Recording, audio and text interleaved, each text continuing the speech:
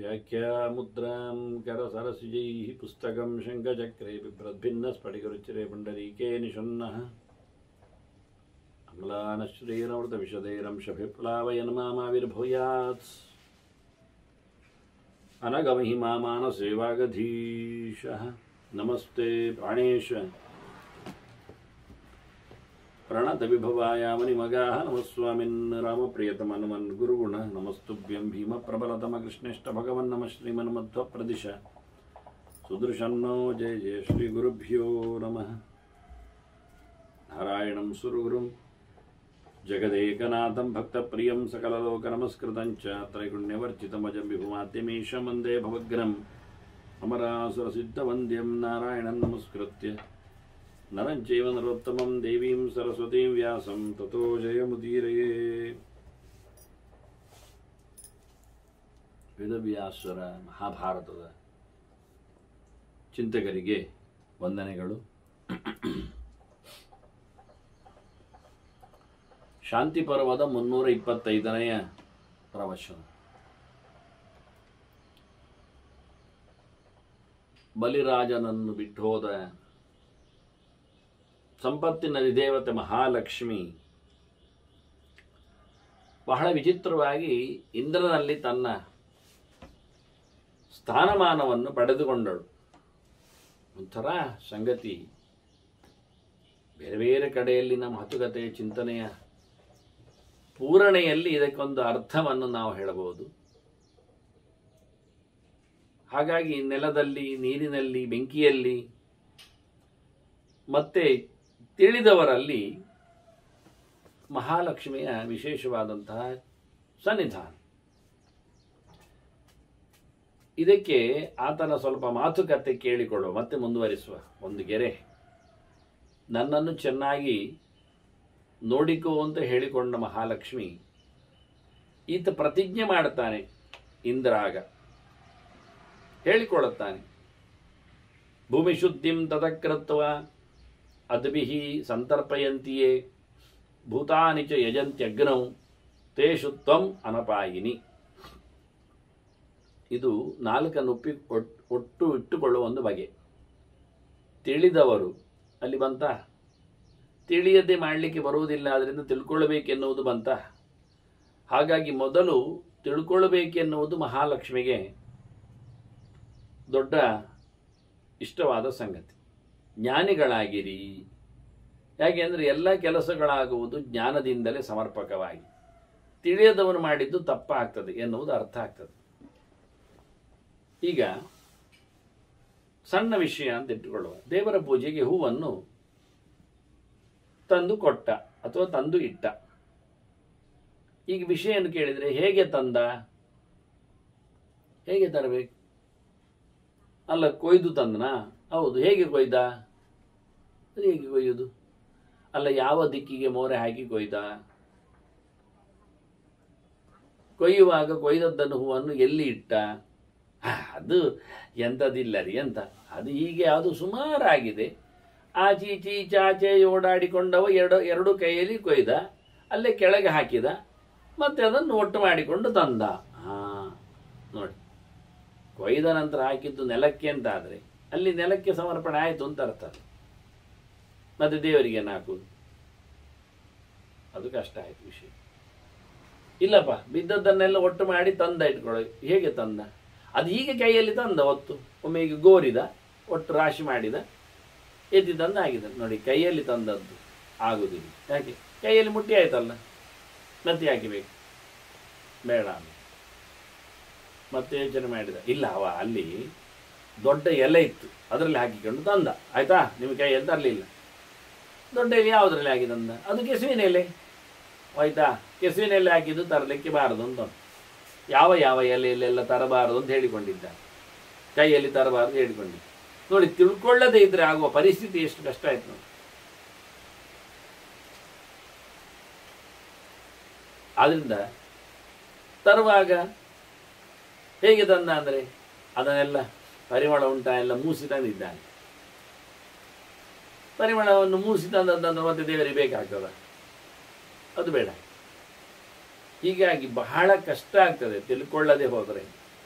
ಅದಕ್ಕೆ ಇವರು ಹೇಳ್ತಾರೆ, ಮೊದಲಿಗೆ ತಿಳ್ಕೊಂಡ ನಂತರ ಕೆಲಸ ಮಾಡು, ನೆಲವನ್ನು ಒರೆಸು. ಹೇಗೆ? ನೀರಿನಲ್ಲಿ. ಭೂಮಿ ಶುದ್ಧಿಯನ್ನು ಮಾಡಿಕೊಂಡಾಗ ನಾವು ಕೂತ್ಕೊಳ್ಳುವುದಿರಲಿ, ತೀರ್ಥ ತಂದಿಡುವುದಿರಲಿ, ಪುಷ್ಪ ತಂದಿಡುವುದಿರಲಿ, ಯಾವುದೇ ಪದಾರ್ಥ ಇರಲಿ, ಹೆಣವೇ ಆಗಲಿ, ನೆಲದಲ್ಲಿ ಶುದ್ಧಿ ಮಾಡದೆ ಇಡಲಿಕ್ಕೆ ಇಲ್ಲ ಅಂತ ಉಂಟು. ಎಂತ ಮಾಡು ಈಗ? ಮಂಡಲ ಮಾಡದೆ ಅದು ಊಟ ಮಾಡೋ ಮುಂಚೆ ಎಲೆ ಅಡಿಯಲ್ಲಿ ನೀರಿನಲ್ಲಿ ನಾವು, ಅವರು ತೊಳೆದಿರಲಿ ಏನೇ ಆಗಲಿ, ನಾವು ತೊಳ್ಕೊಳ್ಬೇಕು ಅಂತ ಕ್ರಮ. ಯಾಕೆ? ಊಟ ಎನ್ನುವುದೊಂದು ಯಜ್ಞ ಆಗಬೇಕು ಅಂತ ನಿಯಮ. ನೋಡಿ ಎಲ್ಲ ಬಂತು ಈಗ. ಹೊಟ್ಟೆಯಲ್ಲಿರತಕ್ಕಂಥ ಬೆಂಕಿಗೆ ದೇವರ ಹೆಸರಲ್ಲಿ ಕೊಡತಕ್ಕ ಆಹುತಿಯಿಂದ ಮಾಡಿಕೊಂಡ್ರೆ ಎಷ್ಟು ಚೆನ್ನಾಗಿರ್ತದೆ. ಹಾಗಾಗಿ ಊಟದ ಮುಂಚೆ ತುಪ್ಪ ಹಾಕೊಳ್ಳುವುದು, ಆಹುತಿಗೋಸ್ಕರ ತುಪ್ಪ ಬೇಕು ಅಂತ. ಅವರ ವೈಭವಕ್ಕಲ್ಲ ಅದು ನಿಕ್ಕ. ಈಗ ಭೂಮಿ ಶುದ್ಧಿ ಮಾಡಲಿಕ್ಕೆ ಉಂಟು, ನೀರಿನಲ್ಲಿ ತೊಳಿಲಿಕ್ಕೆ ಉಂಟು, ಅಗ್ನಿ ಉಪಾಸನೆ ಮಾಡಲಿಕ್ಕೆ ಉಂಟು. ಯಜ್ಞಯಾಗ ಮಾಡುವುದಾದರೂ ನೆಲದಲ್ಲಿ ಇಡುವಾಗಲೂ, ಇಟ್ಟಿಗೆ ಹಾಕುವಾಗಲೂ ಮೊದಲು ತೊಳ್ಕೊಂಡು ನೀರಿನಲ್ಲಿ ಒರೆಸಿಕೊಂಡು ನೆಲವನ್ನು, ಎಷ್ಟು ಗಮ್ಮತ್ತು ನೋಡಿ.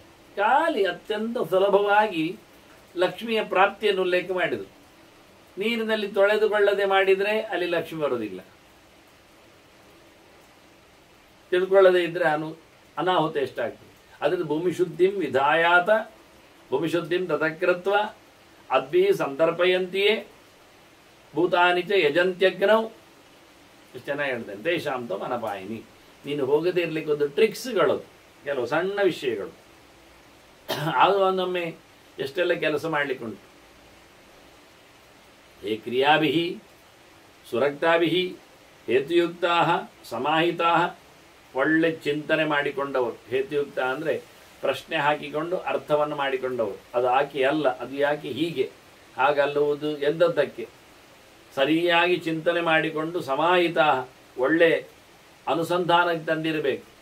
ವಿಷಯಗಳು ತಪ್ಪಾಗಿ ಅರ್ಥ ಆಗಬಾರ್ದು. ಕನ್ಫ್ಯೂಸ್ ಅಲ್ಲ, ಕ್ಲಾರಿಫಿಕೇಶನ್, ಮತ್ತು ಅದರದ್ದು ಒಳ್ಳೆ ಧಾರಣೆ, ಅದರಲ್ಲಿ ಕನ್ವಿಕ್ಷನ್, ಕಾನ್ಫಿಡೆನ್ಷಿಯಲಿ ವರ್ಕ್, ಅದರೊಟ್ಟಿಗೆ ಕ್ರಮ ಪ್ರಕಾರವಾಗಿ ಇನ್ವಾಲ್ವ್ಮೆಂಟ್, ಸುರಕ್ತಾಭಿ ಕ್ರಿಯಾಭಿ, ಹೇಗೆ ಏನು ಅಂತ ಚೆನ್ನಾಗಿ ತಿಳಿದುಕೊಂಡು ಅದರಲ್ಲಿ ಅಷ್ಟು ಆಸಕ್ತನಾಗಿ ಕರ್ಮವನ್ನು ಬಹಳ ಚೆನ್ನಾಗಿ, ಕರ್ಮದ ಫಲದಲ್ಲಿ ಆಸಕ್ತಿ ಅಲ್ಲ, ಕರ್ಮದಲ್ಲಿ ಆಸಕ್ತಿ. ಇನ್ವಾಲ್ವ್ಮೆಂಟ್ ಎಲ್ಲಿ?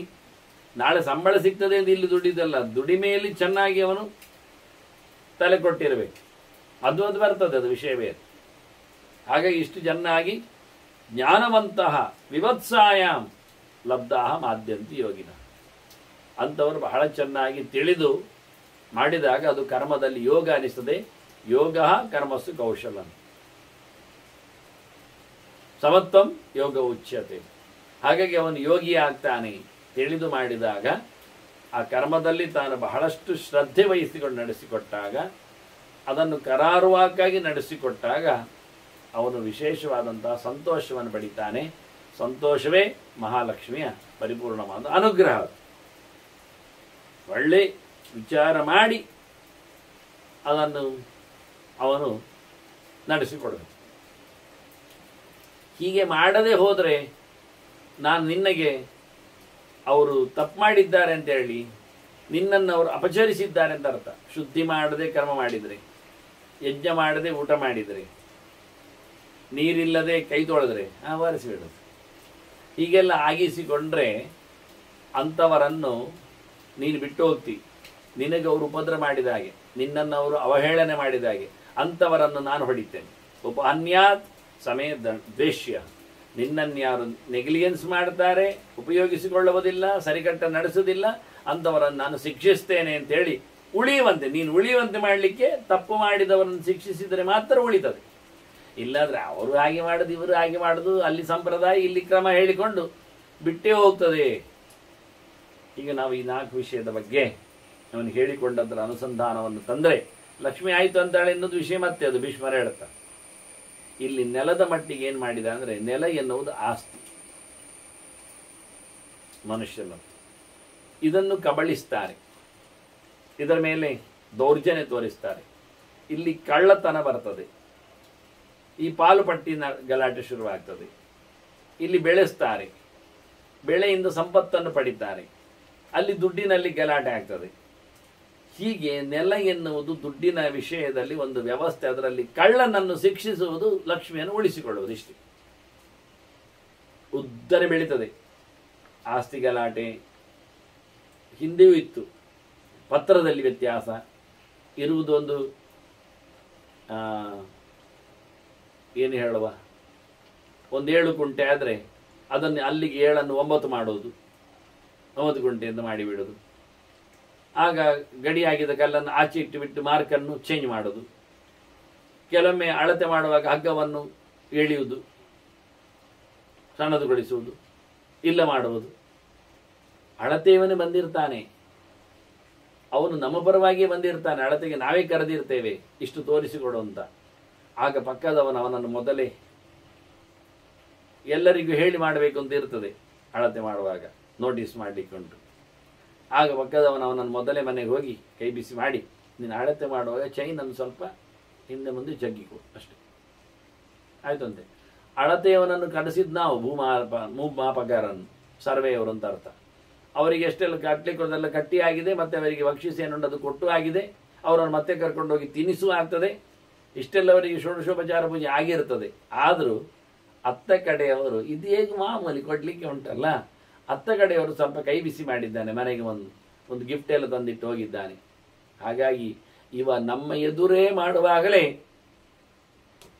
ಹಾಗೀಗೆ ಒಂದೊಮ್ಮೆ ನಮಗೆ ಯಾಕೆ ಅದು ನಮಗೆ ಫೈತ್ ಇರ್ತದೆ ಮಾಡ್ತಾನವ ಅಂತ. ಆದರೆ ನಾವು ಸ್ವಲ್ಪ ಕಮ್ಮಿ ಆಚೆ ಜಾಗ್ರತೆ ಮಾಡ್ತೇವೆ, ಆಗ ಅವ ತಪ್ಪಿಸ್ತಾನೆ. ನಾವೊಂದೊಮ್ಮೆ ಮತ್ತೆ ನಾವು ಸರಿಯಾಗಿ ಪರೀಕ್ಷಿಸಿ ಮಾಡಿದರೆ ಅದಲ್ಲ ಅದು ಹೀಗೆ ಅಂತ ವಾದ ಮಾಡಿಕೊಂಡು ಮತ್ತೆ ಸರಿ ಮಾಡ್ತಾನೆ, ಗಲಾಟೆ ಬೀಸ್ತಾನೆ. ಹೇಗಾದರೂ ಮಾಡಿ ಆಚಿನವನಿಗೆ ಫಾರ್ ಮಾಡಿ ಹೋಗ್ತಾನೆ. ಈಚಿನವನಲ್ಲೇ ಕೂತು ನಡೀತಾ ಇರುವುದು. ಆನಂತರ ಅಲ್ಲಿ ಬೆಳೆ ಬೆಳೆಯುವುದರಲ್ಲಿ ಬೆಳೆದಾಗೇನೆ ಅದನ್ನು ಕದೀತಾರೆ ಜನರು. ಬಂದಾಗಲೇ ಕಬ್ಬಿನ ಗದ್ದೆಯಲ್ಲಿ ಎಷ್ಟೋ ಕೋಲುಗಳು ಇಲ್ಲ, ಗಂಧದ ಮರಗಳು ಇರುವುದಿಲ್ಲ, ತೆನೆಗಳು ಇರುವುದಿಲ್ಲ, ತೋಟದಲ್ಲಿ ಹಣ್ಣುಗಳು ಇರುವುದಿಲ್ಲ. ಅದೊಂದು ಮತ್ತೆ ಬೇರೆ ಅದಕ್ಕೊಂದು ಕಳ್ಳ ಮಾರಾಟ ಕೇಂದ್ರಗಳಿರ್ತವೆ, ಕದ್ದ ಮಾಲಿನ ವ್ಯವಹಾರಗಳು, ಅದೊಂದು ವಿಷಯ ಬೇರೆ. ಅದು ಹೂಗಳಿರಲಿ ಯಾವುದೇ ಆದರೂ, ಮತ್ತು ಅದರಲ್ಲಿಯೂ ಎದುರಲ್ಲಿ ಮಾರಾಟದಲ್ಲಿಯೂ ಮತ್ತೆ ಪುನಃ ತೂಕದಲ್ಲಿ ಹೆಚ್ಚು ಕಡಿಮೆ. ಎದುರು ಎಷ್ಟು ಚೆನ್ನಾಗಿತ್ತು ಅಂದರೆ ನೀವು ನೋಡಿ ತಗೊಳ್ಳುವಾಗ ಗಮನಿಸಿ. ನೀವು ಸೇಬು ತರ್ತೀರೋ, ಮಾವಿನ ಹಣ್ಣು ತಗೊಳ್ತೀರೋ, ಏನೋ ನೀವು ಹೆಕ್ಕಿ ಹಾಕುವುದಲ್ಲ ಮನೆದ್ರೆ, ಬುಟ್ಟಿಗೆ ಹಾಕಿರ್ತೀರಿ ಕೊಡ್ತೀರಿ. ನೀವು ಹಾಕುವಾಗಲೇನು ಕಮ್ಮಿ ಹಾಕುವುದಿಲ್ಲ, ಬುಟ್ಟಿಯಲ್ಲಿ ಹಾಕಿದ್ರೆ ಹೆಚ್ಚು ಹಾಕಿರ್ತೀರಿ. ಇವೇನು ಮಾಡ್ತಾನೆ, ಹೆಚ್ಚಾಗಿದೆ ಹೇಳಿ 2 ತೆಗಿತಾನೆ. ಅವನಿಗೆ ಗೊತ್ತಿದೆ 2 ತೆಗಿಬಾರ್ದು, 1 ತೆಗೆದ್ರೆ ಸಾಕಾಗತ್ತೆ ಅಂತ 2 ತೆಗಿತಾನೆ. 2 ತೆಗೆಯುವಾಗ ಅದು 2 ತೆಗೆದು ದೊಡ್ಡ ರಾಶಿ ಹಾಕ್ಕೊಳ್ತಾನೆ, ನೀವು ಹೆಕ್ಕಿದ ರಾಶಿಗೆ ಹಾಕಿರ್ತಾನೆ ತೆಗೆದು. ಆಗ ಕಮ್ಮಿ ಆಗ್ತದೆ. ಕಮ್ಮಿ ಆದಾಗ 1 ಹಾಕ್ತಾನವ. ಅವ ಹಾಕುವುದು ಮಾತ್ರ ಬೇರೆ. ಅವನು ಮೊದಲೇ ತೆಗೆದಿರ್ತಾನೆ, ಯಾವುದು ಸರಿ ಇಲ್ಲ ಅದೊಂದು ಗೊತ್ತುಂಟು ಅವನಿಗೆ, ಅದನ್ನು ಹಾಕಿರ್ತಾನೆ. ಅದು ಹಾಕುವಾಗ ಒಂದು 50-100 ಗ್ರಾಮ್ ಹೆಚ್ಚಿರ್ತದೆ. ಇರಲಿ ಅಂತ ಕಟ್ಟಿಬಿಡ್ತಾನೆ ಕೂಡಲೇ ಗಮ್ಮತ್ತಿಗೆ. ಯಾಕೆ ನಮಗೆ ಹೆಚ್ಚುಂಟಲ್ಲ, ಚೇಂಜ್ ಮಾಡಲಿ ನಾವು ಹೋಗುವುದಿಲ್ಲ, 100 ಗ್ರಾಮ್ ಹೆಚ್ಚು 1 kg ಹೇಳಿ ಖುಷಿಯನ್ನು ತಗೊಂಡೋಗ್ತದೆ. ಅವನು ಹಾಕಿದ್ದು ಯಾವುದುಂಟೋ ಅದು ನಿಜವಾಗಿ ಕಳ್ಳ, ಅದೇ ಹಾಳಾಗಿರ್ತದೆ, ಕೊಳೆತಿರ್ತದೆ, ಹೋಗಿರ್ತದೆ. ನಾವು ಅದನ್ನು ಗಮನಿಸುವುದಿಲ್ಲ. ಮತ್ತೆ ಯಾಕೆ ನಾವು ಹೆಕ್ಕಿ ಕೊಟ್ಟಿದ್ದೇವಲ್ಲ ಸಂತೋಷ ಪಡ್ತೇವೆ. ನಾವು ಹೆಚ್ಚಿಗೆ ಕೊಟ್ಟಿದ್ದೇವೆ, ಭಾರಿ ತೂಕ ಜಾಸ್ತಿ ಆಯಿತು ಅಂತ ತೆಗ್ದದವ ಹೇಳಿ ಅವನು 2 ತೆಗ್ದದ್ದು ಯಾಕೆ, 1 ತೆಗೆದ್ರೆ ಸಾಕಿತ್ತು. ಅವನು 2 ತೆಗೆದು ಹಾಕಿದ್ರೆ ಅವನದೊಂದು ಜಾರಿಸ್ಲಿಕ್ಕೆ ತೆಗ್ದದವ. ಇದು ನಾನು ಲೆಕ್ಕಕ್ಕೆ ಹೇಳುವಾಗ 1 ಹೇಳಿದೆ, ಇಂಥದ್ದು 3-4 ತಾರಿಸ್ತಾನೆ, ಆಚೀಚೆ ಮಾಡ್ತಾನೆ. ನಾವು ಕಡಿಮೆ ಕೊಟ್ಟಿದ್ರೆ ಅವನು ಒಂದನ್ನು ಅದನ್ನೇ ಹಾಕಿರ್ತಾನೆ. ನಾವು ಹೆಕ್ಕಿ ಕೊಟ್ಟದ್ದು ಕೇಳೋದಿಲ್ಲ, ಅವನು ಅಲ್ಲೇ ಕೆಳಗಿರ್ತಾನೆ. ಅದು ಜಾಸ್ತಿ ದೊಡ್ಡ ಸೈಜ್ ಉಂಟು, ಮುಗಿಸುವುದೇ ಇಲ್ಲ ಮೋಸ ಮಾಡದೆ. ಎಲ್ಲಿಯೂ ಉಲ್ಲೇಖ ಮಾಡಿದ್ದ ನೆಲದ ಮೇಲೆ ಆಗತಕ್ಕಂಥ ಪ್ರಭಾವಗಳು ಇಷ್ಟೆಲ್ಲ ಉಂಟು ಎಲ್ಲ ಕಡೆ. ಇನ್ನು ಕಟ್ಟುವಾಗ ಕೇಳಬೇಕಾ ಕಾಂಟ್ರಾಕ್ಟರ್ಸ್ ಇದ್ದು, ಅವರ ಸ್ಕೇಲಿನಲ್ಲಿ ಇಂಚು ಲೆಕ್ಕಾಚಾರ ಮಾಡುವಾಗ ಉಂಟು.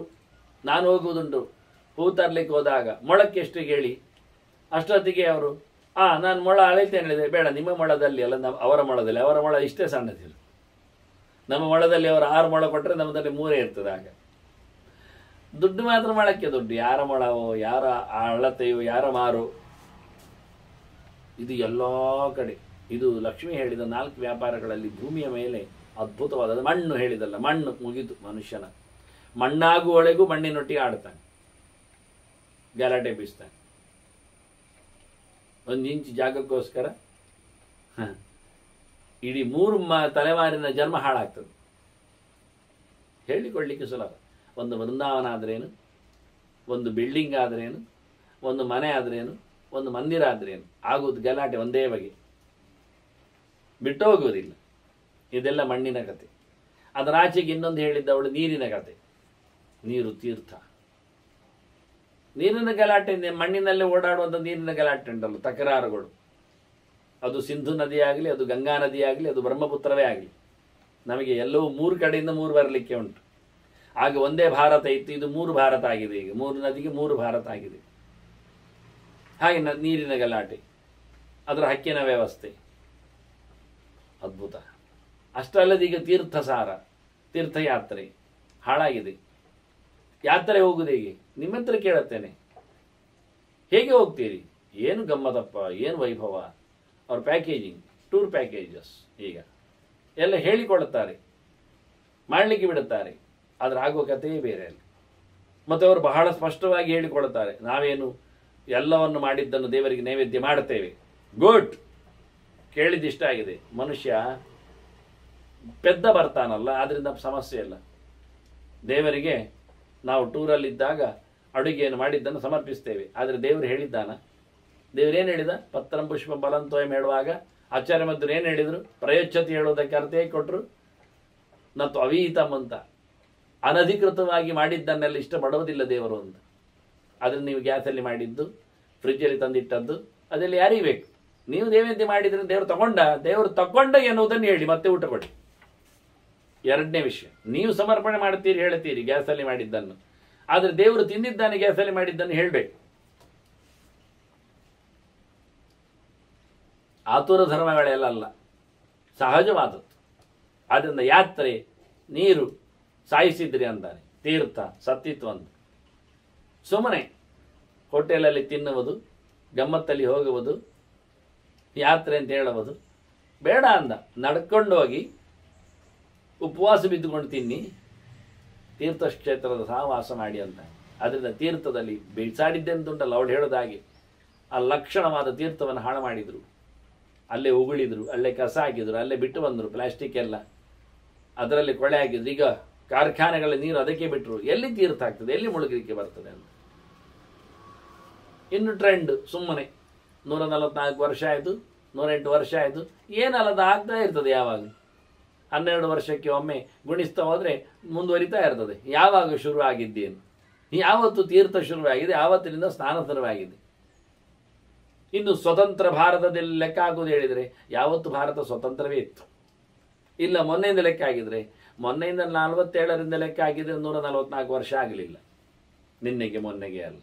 ನಮ್ಮ ಗುರು ಬೃಹಸ್ಪತಿ ಆಚಾರ್ಯರು ವೃಷಭಕ್ಕೆ ಬರಲಿಕ್ಕೆ ಹೋಗಿ ಎಂತಾಯ್ತು? 12 ವರ್ಷಕ್ಕೊಮ್ಮೆ ವೃಷಭಕ್ಕೆ ಬರ್ತಾ ಇರ್ತಾರೆ. ಒಂದು ಸೇಮ್ ಪ್ಲಾನೆಟೋರಿಯಂ ಬರಬೇಕಾ? ಅದು 180 ವರ್ಷಕ್ಕೊಮ್ಮೆ ಬರುವುದು. ಅದು ಬರ್ತಾ ಇರ್ತದೆ ಬರುವ ವರ್ಷಕ್ಕೆ. ಮತ್ತೆ 180ಗೆ ವೃಷಭದಲ್ಲಿ ಆಗಬೇಕಾದ್ರೆ ಒಂದು ವಿಷಯ ಬೇರೆ, 12 ಇಂಟು ಮಾಡ್ತಾ ಮಾಡಲಿಕ್ಕೆ. ಅದು ಲೆಕ್ಕಾಚಾರ 144 ಅಲ್ಲವೇ ಅಲ್ಲ. ಎಂಥದ್ದು ಒಟ್ಟು ಹೇಳುವುದು, ಜನರಿಗೆ ಮಂಗ ಮಾಡುವುದು, ಒಟ್ಟು ಸೇರ್ತಾರೆ, ಅಲ್ಲಿ ಮುಗಿದು ಏನಿಲ್ಲ.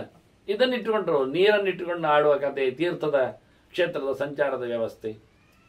ಅವಳು ಹೇಳಿದ್, ನಾನು ಇರುವುದೇಲಿ ಹೇಳುವಾಗ ವ್ರತ, ದಾನ, ತಪಸ್ಸು ಎಲ್ಲ ಹೇಳಿದ್ಲವಳು. ತಪಸ್ಸು ಅಂದರೆ ಶರೀರವನ್ನು ದುಡಿಸಿಕೊಳ್ಳುವುದು ಒಂದು ಅರ್ಥ. ತೀರ್ಥದಲ್ಲಿ ಮೀಯುವಂಥದ್ದು, 3 ಹೊತ್ತು ಒಂದು ಊಟ ಮಾಡುವಂಥದ್ದು, ದೇವರ ನಾಮಸ್ಮರಣೆ ಜಪ ಮಾಡುವಂಥದ್ದಲ್ಲಿ ಮೌನ ವಹಿಸಿಕೊಳ್ಳುವಂಥದ್ದು ಯಾವುದಿಲ್ಲ. ಇನ್ನು 3ನೇದು ಅಗ್ನಿ, ಬೆಂಕಿ. ಬೆಂಕಿಯಲ್ಲಿ ಯಜ್ಞ ಎನ್ನತಕ್ಕಂಥ ಕಾನ್ಸೆಪ್ಟಿನಲ್ಲಿ ಮಾಡಿದ ಊಟವನ್ನು ಮಾಡಬೇಕಿರೋದು. ಯಜ್ಞಶಿಷ್ಟ ಆಸಿನಸ್ಥ ಅಂತ ಹಿಂದೆ ಹೇಳಿತ್ತು, ವಿಗಸಾಶಿ ಅಂತ ಹೇಳಿ ತೋರಿಸಿಕೊಟ್ಟಿದ್ರು. ಮಡಿ ಊಟ ಯಾವುದು ಕೇಳಿದರೆ, ಅಗ್ನಿಮುಖದಲ್ಲಿ ಆರಾಧನೆ ಮಾಡಿ ಅದನ್ನು ದೇವರಿಗೆ ನೈವೇದ್ಯಾದಿಗಳನ್ನೆಲ್ಲ ಸಮರ್ಪಿಸಿದ ನಂತರ ಭೃತ್ಯಾತಿಥಿ ಪುರಸ್ಸರನಾಗಿ ಊಟ ಮಾಡುವಂಥ ವ್ಯವಸ್ಥೆಯನ್ನು. ಯಾರು ಸ್ವಯಂ ಪಾಕ ಮಾಡ್ತಾನೆ, ತನಗಾಗಿ ತಿಂತಾನೆ, ಅವನು ಮಲವನ್ನು ತಿಂತಾನೆ, ಅವನು ಪಾಪವನ್ನು ತಿಂತಾನೆ. ಕೃಷ್ಣನ್ ಹೇಳಿತ್ತು, ಅವನು ಕಳ್ಳನಾಗ್ತಾನೆ ಅಂತ. ಹಾಗಾಗಿ 3ನೇ ವಿಷಯ ಹೇಳಿದ, ಅವಳ ಯಜ್ಞಕ್ಕಾಗಿ ಮಾಡು, ಸಮಾರಾಧನೆ ಅಂತ ಮಾಡು, ದೇವರ ವಿಷಯದಲ್ಲಿ ಮಾಡು, ಆನಂತರ ತಿನ್ನು. ಸುಮ್ಮನೆ ನಿನಗಾಗಿ ಬೇಯಿಸಿ ತಿನ್ನಬೇಡ ಅಂದೆ. ಬೆಂಕಿಯಲ್ಲಿ ಸ್ವಂತ ಬೇಯಿಸಿ ಬೇಕರಿ ಫುಡ್ಸ್ ಎಲ್ಲ ಅಲಕ್ಷ್ಮೀಯಾದದ್ದು, ದಾರಿದ್ರ್ಯಕ್ಕೆ ಕಾರಣವಾದದ್ದು. ಬಹಳ ಇದು ವಿಚಿತ್ರ ಅನ್ನಿಸಿದೆ. ಅದಕ್ಕೆ ಹೇಳಿದ್ದು ನಾನು, ಇದನ್ನು ಸುಮಾರು ಚಿಂತನೆಯಲ್ಲಿ ಮಾಡಿಕೊಂಡಾಗ ಮಾತ್ರ ನಮಗೆ ಇದರ ಸ್ಟೆಪ್ಸ್ಗಳು ಅರ್ಥ ಆಗ್ತವೆ. ಭಾರತ ಅಂದರೆ ಹಾಗೆ ಕೆಲವೊಂದು.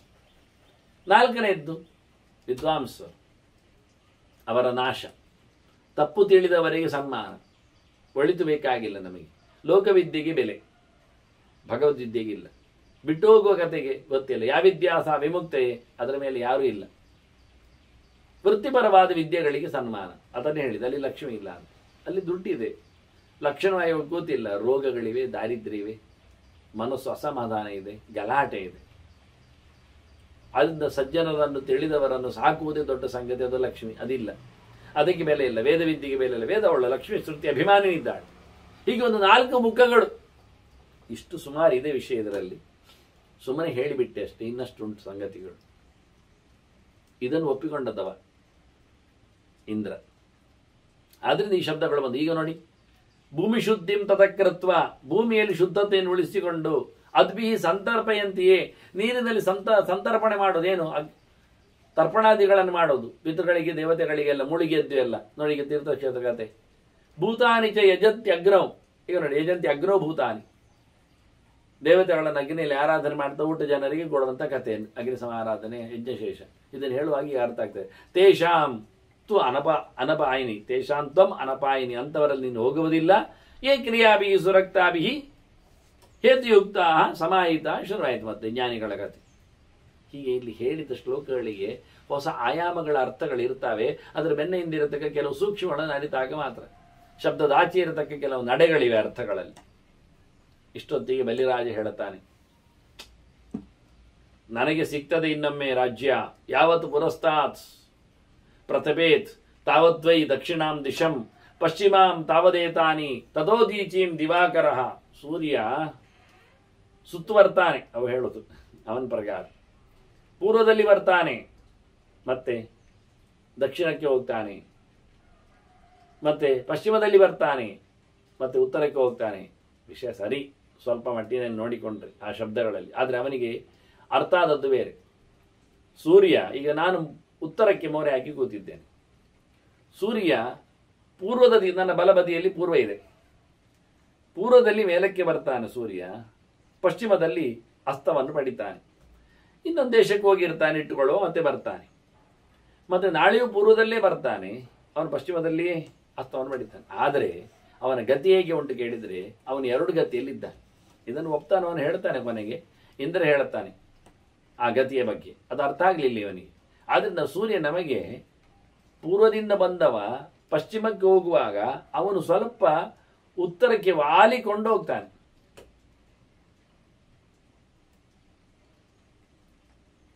ಹಾಗೆ ಅವನು ಪೂರ್ವದಲ್ಲಿ ಉತ್ತರಕ್ಕೆ ವಾಲಿಕೊಂಡು ಹೋದವ ಮರುದಿನ ಪೂರ್ವದಲ್ಲಿ ಮೇಲಕ್ಕೆ ಬಂದಾಗ ಸ್ವಲ್ಪ ಉತ್ತರಕ್ಕೆ ಬಂದಿರ್ತಾನೆ. ಪೂರ್ವದ ದಿಕ್ಕಿನಿಂದ ಉತ್ತರಕ್ಕೆ ಬಂದಿರ್ತಾನೆ ಆ ನಡೆಯಲ್ಲಿ. ಇದಷ್ಟು ಪೂರ್ವ ನನ್ನ ಬಲಬದಿತ್ತು, ಇದಷ್ಟು ಪಶ್ಚಿಮ ನನ್ನ ಎಡಬದಿತ್ತು. ಆದರೆ ಅವನು ಪೂರ್ವದಿಂದ ಬರುವಾಗ ಸ್ವಲ್ಪ ವಾಲಿಕೊಂಡು ಉತ್ತರಕ್ಕೆ ಹೋಗಿರ್ತಾನೆ ಅಸ್ತದಲ್ಲಿ. ಹಾಗೆ ಮರುದಿನದಲ್ಲಿ ಬಂದಾಗ ಉತ್ತರದಿಂದ ಪೂರ್ವದ ದಿಕ್ಕಿನಲ್ಲೇ ಸ್ವಲ್ಪ ಉತ್ತರಕ್ಕೆ ಬಂದಿರ್ತಾನೆ. ಹಾಗೆ ಸ್ವಲ್ಪ ಬರುವಾಗ ದಕ್ಷಿಣದಲ್ಲಿ ವಾಲ್ತಾನವ. ಹೀಗೆ ಪೂರಾ ಪೂರ್ವಕ್ಕೆ ಬಂದಾಗ ನನ್ನ ಕೈಯ ತುದಿಯಿಂದ ಬರ್ತಾನೆ ಮೇಲಕ್ಕೆ. ಮೊದಲು ಕಡೆಯಿಂದ ಮೇಲಕ್ಕೆ ಬಂದಿದ್ದ, ಈಗ ತುದಿಯಿಂದ ಬರ್ತಾ ಇದ್ದಾನೆ. ಬಂದವನೇ ಅವನು ದಕ್ಷಿಣದಲ್ಲಿ ಅಸ್ತವನ್ನು ಪಡಿತಾನೆ. ದಕ್ಷಿಣದಲ್ಲಿ ಪಶ್ಚಿಮದಲ್ಲೇ ಇದ್ದಾನೆ, ಆದರೆ ಪೂರ್ವ ದಕ್ಷಿಣದಲ್ಲಿ ಇದ್ದಾನೆ, ವಾಲಿದ್ದಾನೆ. ನನ್ನ ಈ ಕೈಯ ಈ ತುದಿಯಲ್ಲಿ ಬರ್ತಾನೆ. ಹೀಗೆ ಇದನ್ನೆರಡನ್ನು ನೀವು ಗಮನಿಸಬೇಕು. ದಿನ ಅವನು ಬರುವುದನ್ನು ಕೂತು ಅಸ್ತ ಆಗುವುದನ್ನು ಗಮನಿಸಬೇಕು. ಆಗ ಅರ್ಥ ಆಗ್ತದೆ ಹೇಗೆ ಬಂದ ಹೇಗೆ ಹೋದ ಅಂತ, ವ್ಯತ್ಯಾಸಗಳು ಏನಾಯಿತು ಅಂತ. ಇವನು ಗಮನಿಸಿ ಏನು ಹೇಳಿದ, ಪೂರ್ವವನ್ನು, ಉತ್ತರವನ್ನು, ದಕ್ಷಿಣವನ್ನು, ಪಶ್ಚಿಮವನ್ನು ಎಲ್ಲ ಮೇಲೆ ಹಾಕಿಕೊಂಡ. ಸೂರ್ಯ ಬರ್ತಾನೆ. ಆದ್ರಿಂದ ಒಂದು ದಿನ ಸೂರ್ಯ ಉತ್ತರದಲ್ಲಿ ಅಸ್ತ ಆಗ್ತಾನೆ, ದಕ್ಷಿಣದಲ್ಲಿ ಮೇಲಕ್ಕೆ ಬರ್ತಾನೆ, ಹೇಳಿಬಿಡ್ತಾನೆ ಇವ. ಆಗ ನಾವೇ ವಿನ್. ಇವನ ಕತೆ ಆಗಿ ಆಗ ನಮ್ಮ ಕಾಲ ಅದು ಕತೆ. ಆಗ ನಾವು ವಿನ್ ಆಗ್ತೇವೆ. ನಮಗೆ ಆಗ ಗೆಲುವು, ಅಸುರರಿಗೆ ಗೆಲುವು. ಹಾಗೆ ಇನ್ನೊಂದು ವಿಷಯ, ತಥಾ ಮಧ್ಯಂದಿನೇ ಸೂರ್ಯ ಅಥ ಅಸ್ತಮೇತಿ ಯದಾ ತದಾ ಪುನರ್ ದೇವಾಸುರಂ ಯುದ್ಧಂ ಭಾವಿ ಜೇತಾಸ್ಮಿ ವಸ್ತದ. ಆಗ ನಮ್ಮಿಬ್ಬರು ಯುದ್ಧ ಆಗ್ತದೆ, ಆದರೆ ನಾನು ವಿನ್ ಆಗ್ತೇನೆ. ಅಸುರರಿಗೆ ಗೆಲುವು, ದೇವತೆಗಳಿಗೆ ಸೋಲು. ಯಾವಾಗ? ಸೂರ್ಯ ಮಧ್ಯಾಹ್ನದಲ್ಲಿ ಅಸ್ತ ಆದಾಗ. ಸೂರ್ಯ ಮಧ್ಯಾಹ್ನದಲ್ಲಿ ಅಸ್ತ ಆಗ್ತಾನೆ. ಅವ ಹೇಳುದು, ಸೂರ್ಯ ಮಧ್ಯಾಹ್ನ ಬರುವಾಗ ಒಂದು ಸರ್ತಿ ಮೆಲ್ಲ ಆಗ್ತಾನೆ, ಒಂದು ಸರ್ತಿ ಅವನು ತನ್ನ ಪ್ರಭೆಯನ್ನು ಕಮ್ಮಿ ಮಾಡಿದ್ದಾನೆ. ಆಗ ಅವನು ಯಾರು ಹೇಳಿದ್ದಾರೆ ಹಾಗೆ, ಸೂರ್ಯ ಮಧ್ಯಾಹ್ನದಲ್ಲಿ ನಡು ಮಧ್ಯಾಹ್ನದಲ್ಲಿ ಒಂದು ಸರ್ತಿ ನಿಲ್ಲುವುದುಂಟು, ಇಲ್ಲ ಅಲ್ಲ. ಅದು ಬಹಳ ವಿಶಿಷ್ಟವಾದ ಸನ್ನಿವೇಶ, ಅಂದರೆ ಕ್ಷಣ. ಜಸ್ಟ್ ಇದೆಲ್ಲ ಹೇಳಬಾರ್ದು, ಸೀಕ್ರೆಟ್ಗಳು. ಸೂರ್ಯ ಹೋಗ್ತಾನೆ ಇರ್ತಾನೆ. ಹೌದು, ಅದು ನಮ್ಮ ವಾಹನದಲ್ಲಿ ಗೇರ್ ಚೇಂಜ್ ಮಾಡಿದಂತೆ. ಸರಿ ಇಲ್ಲ, ನ್ಯೂಟ್ರಲ್ ಅದು ವಾಸ್ತವ. ನ್ಯೂಟ್ರಲ್ ಆದರೂ ಹೋಗ್ತಾ ಇರ್ತದೆ.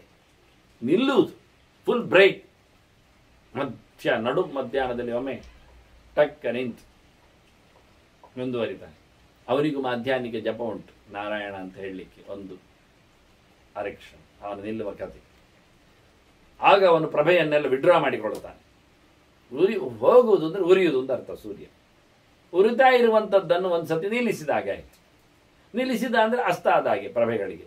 ನಮಗೆ ಬೆಳಕಿರುತ್ತೆ, ಯಾಕೆಂದರೆ ಆಗ ಒಂದದ್ದು ಬೆಳಕಾಗಿ ಇರ್ತದೆ, ಈಗ ಅಲ್ಲ. ಆದ್ದರಿಂದ ಆ ಹೊತ್ತಿನಲ್ಲಿ ಅವನು ಸ್ಟಾಪ್ ಮಾಡಿ ಮುಂದುವರಿಸಿದ್ರಿಂದ ಆಗ ನಮಗೆ ಯುದ್ಧ ಆಗ್ತದೆ. ಯುದ್ಧದಲ್ಲಿ ನಾನು ವಿನ್ ಆಗ್ತೇನೆ ಅಂತ ಹೇಳ್ತಾನೆ. ಅದೊಂದು ಅವನ ಲೆಕ್ಕಾಚಾರ. ಸರ್ವಲೋಕಾನ್ ಯದ ಆದಿತ್ಯ ಏಕಸ್ಥಃ ತಾಪಯಿಷ್ಯತಿ. ಒಂದೇ ಕಡೆ ಅಂದರೆ ಏಕಸ್ಥ ಅಂದರೆ ಒಂದೇ ಕಡೆ ನಿಲ್ಲುವುದು, ಅಂದರೆ ಉದಯಾಸ್ತಮಾನ ಒಟ್ಟಾಗುವುದು. ಅದು ಒಂದು ಜಾಗ ಉಂಟು. ಸೂರ್ಯ ಉದಯಿಸಿದ್ರಲ್ಲೇ ಅಸ್ತ ಆಗ್ತಾನೆ ಅಂತ. ಅದು ಧ್ರುವ ಪ್ರದೇಶಗಳನ್ನಿಟ್ಟುಕೊಂಡು ಮಾತಾಡಿದಾಗೆ.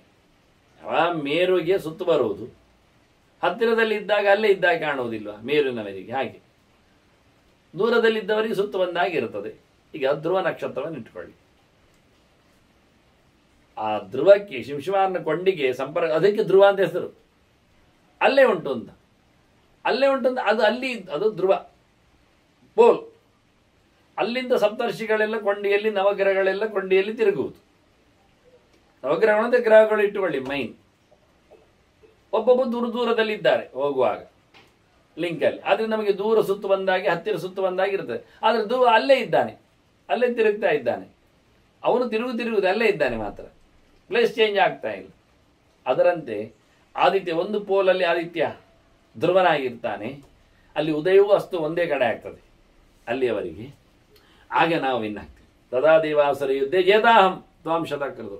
ಆಗ ಯುದ್ಧದ ಪೀರಿಯಡ್ ನಾನು ನಿನ್ನನ್ನು ವಿನ್ ಮಾಡ್ತೇನೆ ಅಂತ ಹೇಳ್ತಾನೆ. ಇಂದ್ರ ಹೇಳ್ತಾನೆ, ನನಗೆ ವಿಷಯ ಗೊತ್ತುಂಟಂತ. ನನಗೆ ಗೊತ್ತುಂಟು ಸೂರ್ಯನ ಗತಿ, ಈ ಹಗಲು ರಾತ್ರಿ, ಉದಯಾಸ್ತ, ಆನಂತರ ದಿಕ್ ವ್ಯವಸ್ಥೆ, ನಿಲ್ಲುವ ಕಥೆಯೆಲ್ಲ ನನಗೆ ಗೊತ್ತು. ನಾನು ಕೇಳಿದ್ದೇನೆ, ಅದು ನನಗೆ ಗೊತ್ತುಂಟು. ಹೇಳಿದ್ಯಾರ ಬ್ರಹ್ಮಣಾಸ್ಮಿ ಸಮಾಧಿಷ್ಟ ನಹಂತವ್ಯೋ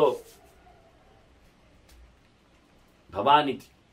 ನನಗೆ ಬ್ರಹ್ಮದೇವರು ಹೇಳಿದರು ಹೋಗುವಾಗ. ನಾನು ಕೇಳಿ ಬಂದೆ, ಎಲ್ಲಿದ್ದಾನೆ ಬಲಿಯಿಂದ. ಎಲ್ಲಿಯೋ ಪ್ರಾಣಿಯಾಗಿದ್ದಾನೆ ಹೇಳಿದರು. ನಾನು ಹುಡುಕಿ ನಿನ್ನನ್ನು ನೋಡಿತ್ತು. ಅವ್ರು ಹೇಳಿದ್ದಾರೆ, ಹೊಡಿಬೇಡ ಅವನಿಗೆ ಅಂತ, ಸಾಯಿಸಬೇಡ ಅವನಿಗೆ ಅಂತ ಹೇಳಿದ್ದಾರೆ. ಅದಕ್ಕೋಸ್ಕರ ನಿನ್ನನ್ನು ಸಾಯಿಸಲಿಲ್ಲ. ನೀನು ಮತ್ತೆ ಪುನಃ ಯುದ್ಧ ಆಗ್ತದೆ, ವಿನ್ ಆಗ್ತಿ ಹೇಳ್ತಾ ಇದೆಯಲ್ಲ. ನನಗೆ ಬ್ರಹ್ಮದೇವರು ಹೇಳಿದೆಲ್ಲ ಕತೆ ಗೊತ್ತುಂಟು. ಅದಕ್ಕೆ ನಾನು ಸುಮ್ಮನೆ ಇದ್ದೇನೆ. ತೇನ ತೇಹಂ ಬಲೆ ವಜ್ರಂ ನವಿಮುಂಚಾಮಿ. ಆಯ್ತಾ, ನೀನು ಬದುಕಿಗೋ ಹೇಳಿ ಮೂರ್ಧನಿ. ನಿನ್ನ ಮಂಡೆ ಮೇಲೆ ನಾನು ವಜ್ರಾಯುಧ ಹಾಕ್ತಾ ಇಲ್ಲ. ನೀನಾಗ ನನ್ನನ್ನು ಹೇಳಿದೆ ಮುಷ್ಟಿಯಿಂದ ಬುದ್ಧಿ ಬಿಡ್ತೇನೆ, ನೀನು ಇಲ್ಲ ಆಗ್ತಿದ್ದಲ್ಲಲ್ಲ. ಇನ್ನು ಕರ್ಮ. ನನ್ನ ಕೈಯಲ್ಲಿ ಮುಷ್ಟಿ ಸುಮ್ಮನೆ ಕೂತಿದ್ದೆ, ನನ್ನ ಕೈಯಲ್ಲಿ ಮುಷ್ಟಿ ವಜ್ರಾಯುಧವನ್ನು ಹೇಳಿದ್ದೆ, ಗೊತ್ತುಂಟ. ಹೀಗೆ ಹೇಳಿದ್ರೆ ನಿನ್ನ ಮಂಡೆ ಮೇಲೆ ಬೀಳ್ತದೆ. ಕತ್ತೆಯಲ್ಲಿ ಉಂಟು, ಕಾಲ ಮೇಲೆ ಮಾಡಿ ಬೀಳ್ಬೇಕು. ಬ್ರಹ್ಮದೇವರು ಹೇಳಿದ್ದಾರೆ ಹೊಡಿಬೇಡ ಅಂತ ಹೇಳೋದಕ್ಕೆ ನಾನು ಸುಮ್ಮನೆ ಇದ್ದೇನೆ. ನೀನು ಬದುಕಿರು, ಯಾವಾಗ ಯುದ್ಧ ಮಾಡ್ತಾ ಹೇಳಿದ್ದಲ್ಲ, ಯುದ್ಧ ಆಗ್ತದೆ ವಿನ್ ಆಗ್ತದೆ ಅಂತ. ಅದು ನನಗೆ ಗೊತ್ತುಂಟು. ಯಥೇಷ್ಟಂಗಚ್ಚ, ಹೋಗು ದೈತ್ಯೇಂದ್ರ, ಸ್ವಸ್ಥಿತೇಸ್ತು ಮಹಾಸುರ. ದೊಡ್ಡ ಅಸುರ ನೀನು, ಕತ್ತೆ ರೂಪದಲ್ಲಿ ಇರೋದು ನನಗೆ ಗೊತ್ತುಂಟು. ಹೋಗು, ಎಲ್ಲಿಯಾದರೂ ಚೆನ್ನಾಗಿ ಬದುಕು, ನನಗೇನು ಸಮಸ್ಯೆ ಇಲ್ಲ. ಆದಿತ್ಯೋ ನೈವ ತಪಿತಾ ಕದಾಚಿತ್. ಯಾವತ್ತೂ ಸಹ ಅವನ ವ್ಯತ್ಯಾಸ ಆಗುವುದಿಲ್ಲ ಸೂರ್ಯ. ಆಯ್ತಾ, ಇದ್ದಾಗಿದ್ದ ನನಗೊತ್ತು. ದೃಶ್ಯತೆ, ಅವನು ಕಾಣುವ ವ್ಯವಸ್ಥೆ ಹೇಗೆ ಏನು ಅಂತ ಅವನನ್ನು ನಿಲ್ಲಿಸಿದ್ದಾರೆ. ಸ್ಥಾಪಿತೋ ಹಿ ಅದ್ಯ ಸಮಯ ಪೂರ್ವಮೇವ ಸ್ವಯಂಭುವ. ಬ್ರಹ್ಮದೇವರು ಮೊದಲೇ ಅವನಿಗೆ ಒಂದು ಕರಾರು ಮಾಡಿದ್ದಾರೆ, ನೀನು ಪೂರ್ವದಲ್ಲೇ ಹೋಗಲಿಕ್ಕೆ, ಪಶ್ಚಿಮದಲ್ಲಿ ಮುಳುಗಲಿಕ್ಕೆ ಅಂತ. ಅದು ತಪ್ಪಿಸಲಿಕ್ಕೆ. ಪೂರ್ವ ಎನ್ನುವುದು ಅಗಾಲ ಉಂಟು, ನಮಗೆ ಕಾಣುವುದು ದಿಕ್ಕು ಬದಲಾಗಿ ಕಾಣ್ತದಷ್ಟೇ ಹೊರತು ಅವನಿಗೊಂದು ಕರಾರು ಮಾಡಿದ್ದಾರೆ. ಆದ್ದರಿಂದ ಯಾವತ್ತೂ ಸಹ ಸೂರ್ಯ ತಪ್ಪುವುದಿಲ್ಲ, ನನಗೆ ಗೊತ್ತುಂಟಾಯ್ತಾ. ಹಾಗಾಗಿ ನೀನೇನು ಗಲಾಟೆ ಮಾಡುವುದು ಬೇಡ. ಅವನು ಹೋಗುವಾಗ ಬರುವಾಗಲೂ ಅಯನಂತಸ್ಯ ಷಣ್ಮಾಸ. ಇದು ಅವನದ್ದು ದಕ್ಷಿಣಾಯನ ಉತ್ತರಾಯಣದ ಲೆಕ್ಕಾಚಾರ. ಅವನು ದಕ್ಷಿಣಕ್ಕೆ ಹೋಗ್ತಾನೆ, ಉತ್ತರಕ್ಕೆ ಹೋಗ್ತಾನೆ ಅಂದರೆ ಪೂರ್ವದಲ್ಲೇ ದಕ್ಷಿಣಕ್ಕೆ ಹೋಗುದು. ದಕ್ಷಿಣಕ್ಕೆ ಹೋಗಿ ಬಿಡುದಲ್ಲ. ದಕ್ಷಿಣಾಯನ ಅಂದರೆ ಸೂರ್ಯ ಇನ್ನು ದಕ್ಷಿಣಕ್ಕೆ ಹೋಗೋದು ಅಂತ, ಇನ್ನು ದೇವರು ಉತ್ತರಕ್ಕೆ ಹೋಗೋ ದಿವಸ ಉತ್ತರಾಯಣ ಅಂತ ಹೇಳಿ ಮಾಡಿದ್ದಲ್ಲ. ಅದು ಯಾಕೆಂದ್ರೆ ಲೋಕದಲ್ಲಿ ಶೀತ ಉಷ್ಣ ಆಗಲಿಕ್ಕೆ, ಶೀತೋಷ್ಣೆ ಇದು ಎರಡನ್ನು ಮಾಡ್ತಾ ಇದ್ದಾನೆ ಅವನು ಕೂತ್ಕೊಂಡು. ರವಿಹಿ ಪ್ರಥಮನ್ ರವಿಹಿ, ಅವನು ಉತ್ತರಕ್ಕೆ ಹೋದಾಗ ಚಳಿ ಬರ್ಲಿಕ್ಕೆ ಶುರುವಾಗ್ತದೆ, ದಕ್ಷಿಣಕ್ಕೆ ಹೋದಾಗ ಮತ್ತೆ ಉತ್ತರಕ್ಕೆ ಹೋದಾಗ ಬಿಸಿ ಬರ್ಲಿಕ್ಕೆ ಶುರು ಆಗುತ್ತೆ, ದಕ್ಷಿಣಕ್ಕೆ ಹೋದಾಗ ಮತ್ತೆ ಚಳಿ ಬರ್ಲಿಕ್ಕೆ. ಆದ್ರಿಂದ ದಕ್ಷಿಣ ಧ್ರುವ ಎನ್ನುವುದು ಚಳಿಯ ವ್ಯವಸ್ಥೆ. ಅವನು ದಕ್ಷಿಣಕ್ಕೆ ಹೋಗುವುದಲ್ಲ, ಪೂರ್ವದಲ್ಲೇ ಅತ್ತವರೆಗೆ ಹೋಗ್ತಾನೆ, ಪಶ್ಚಿಮದಲ್ಲಿ ಇತ್ತವರೆಗೆ ಅವನು ಬರ್ತಾನೆ. ಹೀಗಾಗಿ ಹಗಲು ರಾತ್ರಿಗಳು ದೊಡ್ಡದು ಸಣ್ಣದಾಗ್ತವೆ. ಚಳಿಗಾಲದಲ್ಲಿ ರಾತ್ರಿ ದೊಡ್ಡದಾಗ್ತದೆ, ಮತ್ತೆ ಹಗಲು ದೊಡ್ಡದಾಗುವಾಗ ಸೆಕೆ ಜಾಸ್ತಿ ಆಗ್ತದೆ. ಹೀಗಾಗಿ ನನಗೇನು ಸಮಸ್ಯೆ ಇಲ್ಲ ಅಂತೇಳಿ ಅವ ಬ್ರಹ್ಮದೇವರು ಹೇಳಿ, ಇವನಿಗೆ ಅರ್ಥ ಆದದ್ದು ಬೇರೆ, ಅವನಿಗೆ ಅರ್ಥ ಆದದ್ದು ಬೇರೆ. ಸಿಚುವೇಶನ್ ವ್ಯವಸ್ಥೆಯಲ್ಲಿ ಇಬ್ಬರು ಒಂದನ್ನು ಇಟ್ಟುಕೊಂಡು ಮಾತಾಡ್ತಾ ಇದ್ದಾರೆ, ಒಂದರಲ್ಲಿ ರಿಸಲ್ಟ್ ಬೇರೆ ಅಂತ ಅರ್ಥ ಆಗಲಿಲ್ಲ. ಹಾಗಾಗಿ ಇಬ್ಬರು ಮತ್ತೆ ಎದ್ದೋದ್ರು ಅಂತೇಳಿ ಭೀಷ್ಮರು ಹೇಳ್ತಾರೆ. ಜಗಾಮ ದಕ್ಷಿಣಾಮಾಶ ಉದೀಚೀಂ ತು ಪುರಂದರ ಅಂತ. ಉತ್ತರಕ್ಕೆ ಇಂದ್ರ ಹೋದ, ದಕ್ಷಿಣಕ್ಕೆ ಬಲಿ ಹೋದ. ಅಂದರೆ ದಕ್ಷಿಣಕ್ಕೆ ಹೋದ ಅಂದರೆ ಹಾಳಾಗಿ ಹೋದ ಅಂತಲೇ ಮತ್ತೇನು ಅರ್ಥ. ಹಾಗೆ ದಕ್ಷಿಣ ದಿಕ್ಕು ಒಳ್ಳೆಯ ದಿಕ್ಕಲ್ಲ. ಇರಲಿ ಅವನ್ನ ಇಟ್ಟುಕೊಂಡದ್ದು. ಮಾತಾಡ್ತಾ ಹೋದವರು ಎಲ್ಲಿ ಎನ್ನುವುದನ್ನು ನೋಡಲಿಕ್ಕೆ ಉಂಟು. ಆದ್ದರಿಂದ ಮಾತಾಡ್ತಾ ಇಬ್ಬರು ಒಂದೇ ಕಡೆಯಲ್ಲಿ ಕೂತವರು ಎದ್ದು ಹೋಗುವಾಗ ಉತ್ತರಕ್ಕೆ ಮೂರೆ ಹಾಕಿಕೊಂಡು ಇಂದ್ರ ಹೋಗಿಬಿಟ್ಟ, ಇವ ದಕ್ಷಿಣಕ್ಕೆ ತೆರಳಿ ಬಿಟ್ಟ. ಅಲ್ಲಿಂದಲೇ ಅವನ ಸೋಲು ಗೆಲುವು ಅರ್ಥ ಆಗ್ತದೆ, ನೋಡಲಿಕ್ಕೆ ಬರ್ತದೆ.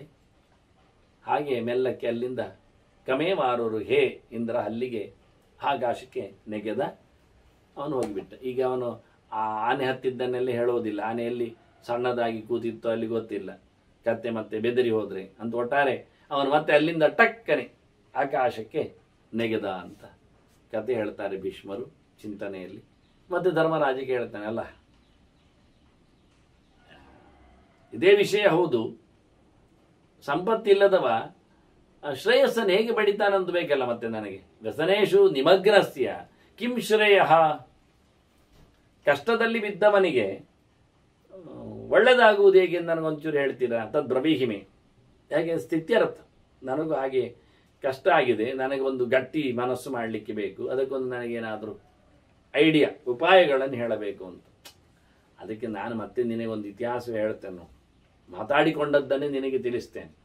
ಇದೇ ಇಂದ್ರನೇ ಮಾತಾಡಿದ್ದು ಹೇಳುತ್ತೇನೆ. ಇಂದ್ರ ಯಾರ ಹತ್ರ ಮಾತಾಡಿದ್ದು? ನಮುಚಿ ಹತ್ರ, ಇನ್ನೊಬ್ಬ ಬೇರೆ ಹತ್ರ. ಅವನ ಹತ್ರ ಮಾತಾಡಿದ್ದು ಹೇಳ್ತಾನೆ. ಈಗ ನಮುಚಿ ಹಾಗೆ ಆಗಿದ್ದಾನೆ, ಇಂದ್ರನಿಂದಲೇ ಸೋತು ಸುಣ್ಣಾಗಿ ಅವನು ಇದ್ದಾನೆ. ಶ್ರಿಯಾವಿಹೀನಂ ಆಸೀನಂ ಅಕ್ಷೋಭ್ಯಮಿವ ಸಾಗರಂ.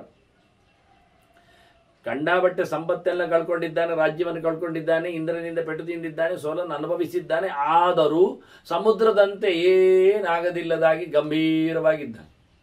ಅಂತವ ನಡೆದ ನಮಚಿಯಡೆಗೆ ಹೋಗಿ ಕೇಳ್ತಾನೆ. ಅವನು ಭವಾಭವಜ್ಞಂ, ಆಗುವುದು ಹೋಗುವುದು ಎರಡು ಗೊತ್ತವನಿಗೆ. ಯೋಚನೆ ಮಾಡ್ತಾನೆ. ಭವಾಭವಜ್ಞಂ ಭೂತಾನಾಂ ಇತಿವಾಚ ಪುರಂದರಃ. ಅಲ್ಲಿ ಹೋಗಿ ಹೇಳಿದ ಇಂದ್ರ.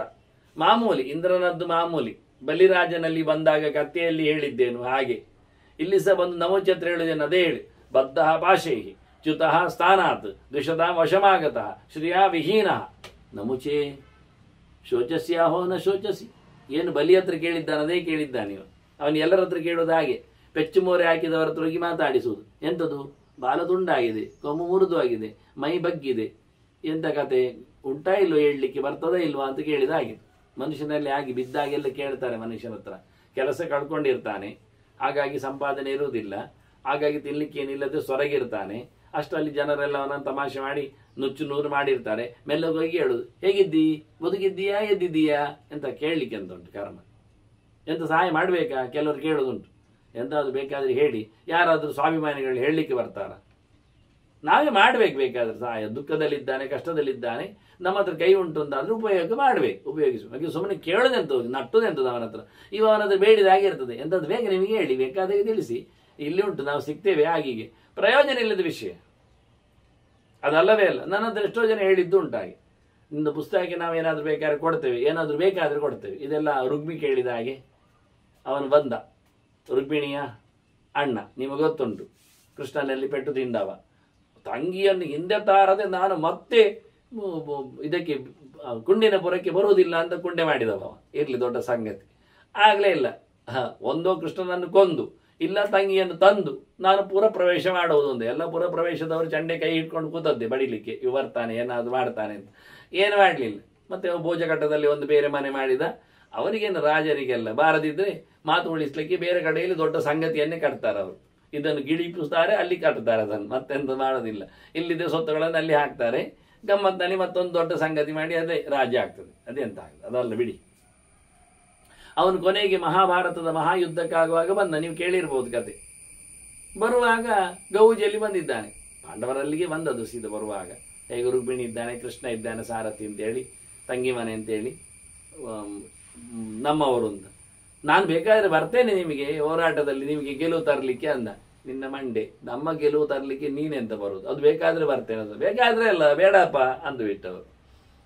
ಕೃಷ್ಣ ಸುಮ್ಮನೆ ಇದ್ದ, ಅರ್ಜುನ ಉತ್ತರ, ಧರ್ಮರಾಜಲ್ಲಿ ಉತ್ತರ ಕೊಡ್ಲಿಕ್ಕೆ ಸುಮ್ಮನೆ ಇದ್ದ. ಅವ್ರು ಹೇಳಿಬಿಟ್ರು, ಬೇಕಾದ್ರೆ ಬರೋದೆಲ್ಲ ಬೇಡಪ್ಪ, ಸುಮ್ಮನೆ ನಮಗೆ ನಿಮ್ಮಿಂದ ಗೆಲುವು ಎಂತ ಕರ್ಮಕ್ಕೆ ಹೇಳಿ ಬೇಡಪ್ಪ ಅಂದು ಬಿಟ್ಬಿಟ್ಟು. ಈಗ ಹೇಳಿದ್ದದು 8 ಆದ್ರೆ ದೊಡ್ಡ ಸಂಗತಿ ಇಲ್ಲ, ಅವನ ಬಹಳ ದೊಡ್ಡ ತುಕುಡಿ ಏನಲ್ಲ, ಪುಗುಳಿ. ಆಚೆ ಹೋದ, ಇಷ್ಟು ಕೇಳಿದ ನಂತರ ಅವನಿಗೆ ಮರ್ಯಾದೆ ಸಣ್ಣದಾಯ್ತು. ಹೋಗಿ ದುರ್ಯೋಧನ ಹತ್ರ ಹೇಳ್ತಾನೆ, ಅಲ್ಲಿ ಸಹ ಇದೇ ಜಾಪ ಅವನಿಗೆ, ನಾವು ಬೇಕಾದ್ರೆ ವಿನ್ ಮಾಡಿ ಕೊಡುವ ನಿಮ್ಮನ್ನು, ನಾವು ಬೇಕಾದ್ರೆ ಬರ್ತೇವೆ ನಿಮ್ಮಲ್ಲಿಗೆ. ಅವನು ಯೋಚನೆ ಮಾಡಿದ, ಅಲ್ಲಿ ಹೋಗದವ, ಅಲ್ಲಿ ಹೋಗಿ ಪೆಟ್ಟದ ಎಂತದ ಮಾಚಿಗೆ ಆಗಿ ಬಂದವ, ನಾಚಿಗೆ ಕೆಟ್ಟವ, ಬರುದೆಲ್ಲ ಅವರಿಗೆ ಗೊತ್ತಾಗ್ತದೆ. ಇಲ್ಲಿ ಒಂದು ಬೇಕಾದ್ರೆ ಅವನು ಸಹ, ನಿನ್ನದೆಂತದಕ್ಕೆ ಬೇಕಾಗುವುದು ನಮಗೆ, ಮೊದಲೇವರೆಲ್ಲ 11 ಉಂಟು, ಸುಮ್ಮನೆ ಸಾಕಪ್ಪ, 7ಕ್ಕೆ 11 ಸಾಕಾಗ್ತದೆ ಹೇಳಿ ಅವರು, ಇವನದ್ದು ಬೇಡ ಅಂತ ಬಿಟ್ರು. ಸೀದ ಹೋದ ಮರ್ಕಟ್ಟವ. ಹಾಗೆ ಸೀದ ಹೋದವ ಸುಮ್ಮನೆ ಇರಲಿಲ್ಲವ. ಬಹಳ ಸಮಯದ ನಂತರ ಇಲ್ಲಿ ಎಲ್ಲ ಅವನ ಮಗಳ ಮದುವೆ ಎಲ್ಲ ಶುರುವಾಯಿತು. ಅದರಲ್ಲೆಲ್ಲ ಬಲರಾಮ ಎಲ್ಲ ಬಂದಿದ್ರು. ಬಲರಾಮ ಅಂತ ಹೇಳ್ತಾನೆ, ಒಂಚೂರು ಆಡುವ, ಆಯ್ತು ಒಂದು ಆಡಿದ್ರು. ಇವರಿಗೆಲ್ಲ ಗೊತ್ತಿಲ್ಲ ಅಂತ ಆಡ್ಲಿಕ್ಕೆ ಹೇಳುದು ಜೂಜು. ಆಡುವಾಗ ಬಲರಾಮನೇ ವಿನ್ ಆಗಿದ್ದಾನೆ, ಆದ್ರೂ ಇವ ಬೊಬ್ಬೆ ಹೊಡೆದ, ಸೋತ ಸೋತ ಸೋತ ತಮಾಷೆ ಮಾಡಿದ. ಸುಮಾರು ಸತಿ ಮಾತಾಡದೆ ಕೂತ. ಕೊನೆಗೆ ಗರ್ವ ಬಂದು ಬಲರಾಮ ಅದೇ ಕಾಯಿಯಲ್ಲಿ ಅವನಿಗೆ ಜಪ್ಪಿ ಅಲ್ಲೇ ಸಾಯಿಸಿದ. ಮದುವೆ ಮಂಟಪದಲ್ಲಿ ಸತ್ತ ದುರ್ಗಿ. ಮತ್ತೆ ಇದೆಲ್ಲ ಇರ್ತದೆ. ಹಾಗೆ ಬೇಕು ಅಂತಲೇ ಕೆದಬಹುದು ಕೆಲವರು ಹೋಗಿ ಹೋಗಿ ಅವನನ್ನು. ಹಾಗೆ ಇಲ್ಲಿ ಹೋಗಿ ನಮುಚಿ ಇದ್ದಾನೆ, ಇಂದ್ರ ಹೋಗಿ ಹೇಳ್ತಾನೆ, ಹೇಗೆ ಉಂಟು ಬದ್ಧ ಭಾಷೆಯಿ, ನಿನ್ನನ್ನು ಕಟ್ಟಿಯಾಗಿದ್ದೇವೆ, ಮತ್ತೆ ಚ್ಯುತಃ ಸ್ಥಾನಾತ್, ನೀನು ಸ್ಥಾನಮಾನದಿಂದ ಕಳೆದೋಗಿದ್ದೀಯಾ, ಮತ್ತು ದ್ವಿಷತಾಂ ವಶಮಾಗತ, ನೀನು ಶತ್ರುಗಳ ಕೈಯಲ್ಲಿ ಇದ್ದೀಗ ಸಿಕ್ಕಿ ಬಿದ್ದಿದ್ದಿ. ಶ್ರೀಯಾ ವಿಹೀನ, ಸಂಪತ್ತು ಅಂತ ನಿನ್ನಲ್ಲಿಲ್ಲ. ಎಂಥದ್ದು ಅಳತೆಯೇ ಇಲ್ವಾ? ಶೋಚಸ್ಯ ಹೋ ನ ಶೋಚಸಿ, ನೀನು ಹೇಗುಂಟು ನಿನ್ನದು ಮಂಡೆ, ಸಂಕಟದಲ್ಲಿ ಉಂಟ ಹೇಗೆ ಏನು ಕೇಳ್ತಾನೆ. ನಮುಚ್ಚಿ ಹೇಳ್ತಾನೆ, ಅನವಾಪ್ಯಚ ಶೋಕೇನ ಶರೀರಂಚೋಪಶಿಷ್ಯತೆ. ನಾವು ದುಃಖ ಉಂಟು ಹೇಳಿಕೊಂಡು ಅದನ್ನು ದೊಡ್ಡದು ಮಾಡ್ತಾ ಕೂತ್ರೆ ನಮ್ಮ ದೇಹ ಎಲ್ಲ ಹಾಳಾಗ್ತದಲ್ವಾ, ಮೈಗೆ ಸಂಕಟ ಬರುವುದಿಲ್ವಾ? ಮನಸ್ಸಿನಲ್ಲಿ ಸಂಕಟವನ್ನು ಮಾಡಿಕೊಂಡ್ರೆ ಮೈಗೆ ಸಂಕಟ ಆಗ್ತದೆ. ತಲೆಬಿಸಿ ಆದವನು ಸೊರಕ್ಕಲಾಗಿರ್ತಾನೆ, ರೋಗದ ಮುದ್ದೆ ಆಗಿರ್ತಾನೆ, ಹೇಳಲಿಕ್ಕೆಲ್ಲ ಕೂಡುವುದಿಲ್ಲ ಅವನಿಗೆ, ಪೆಚ್ಚು ಮೋರೆ ಹಾಕೊಳ್ತಾನೆ, ಯಾರೋ ಅವನನ್ನು ಮತ್ತೆ ಮೂಸುವುದೂ ಇಲ್ಲ ಮನೆ. ಅಂದ ಸಂಕಟ ಉಂಟು ಹೇಳಿ ನಾವು ಅದನ್ನು ಗಟ್ಟಿ ಮಾಡಿಕೊಂಡು ಮನಸ್ಸಿನಲ್ಲಿ ಮಂಡೆಯಲ್ಲಿ ಇಟ್ಕೊಳ್ಳಿಕ್ಕಿಲ್ಲ, ಪುಕೊಳ್ಳಿ ಹಾಕಿ ಕೂತ್ಕೊಳ್ಬೇಕು ಅದನ್ನಷ್ಟೇ, ಆರಾಮಾಗ್ತದೆ. ಆಗ ಅವ ಹೇಳೋದಾಗಿ ಬಹಳ ಚೆನ್ನಾಗಿ ಹೇಳ್ತಾನೆ, ಅಮಿತ್ರ ಅಷ್ಟೇ ಪ್ರದರ್ಶಂತಿ. ಇಲ್ಲಿ ಬೆನಿಫಿಟ್ ಯಾರು ತಗೊಳ್ತಾರೆ ಗೊತ್ತುಂಟ? ಶತ್ರುಗಳೇ. ನಾವು ಸಂಕಟ ಪಟ್ಟು ಅಂತಾದ ತಕ್ಷಣ ಶತ್ರುಗಳು ಯಾವತ್ತೂ ನಗರಿ ಹೊಡೀಲಿ ಶುರು ಮಾಡ್ತಾರೆ. ಭಾರಿ ಖುಷಿ ಆಗ್ತದೆ. ನಮಗೆ ಉಪದ್ರ ಆಗುವುದನ್ನು ನಾವು ಉಪದ್ರ ಆಯಿತು ಅಂತ ಹತ್ತುಕೊಂಡು ಕೂತಾಗ ಭಾರಿ ಖುಷಿ ಪಡೋರು ಯಾರು ಕೇಳಿದ್ರೆ ನಮಗೆ ಆಗದವರೇ, ಅಕ್ಕಪಕ್ಕದವರೇ.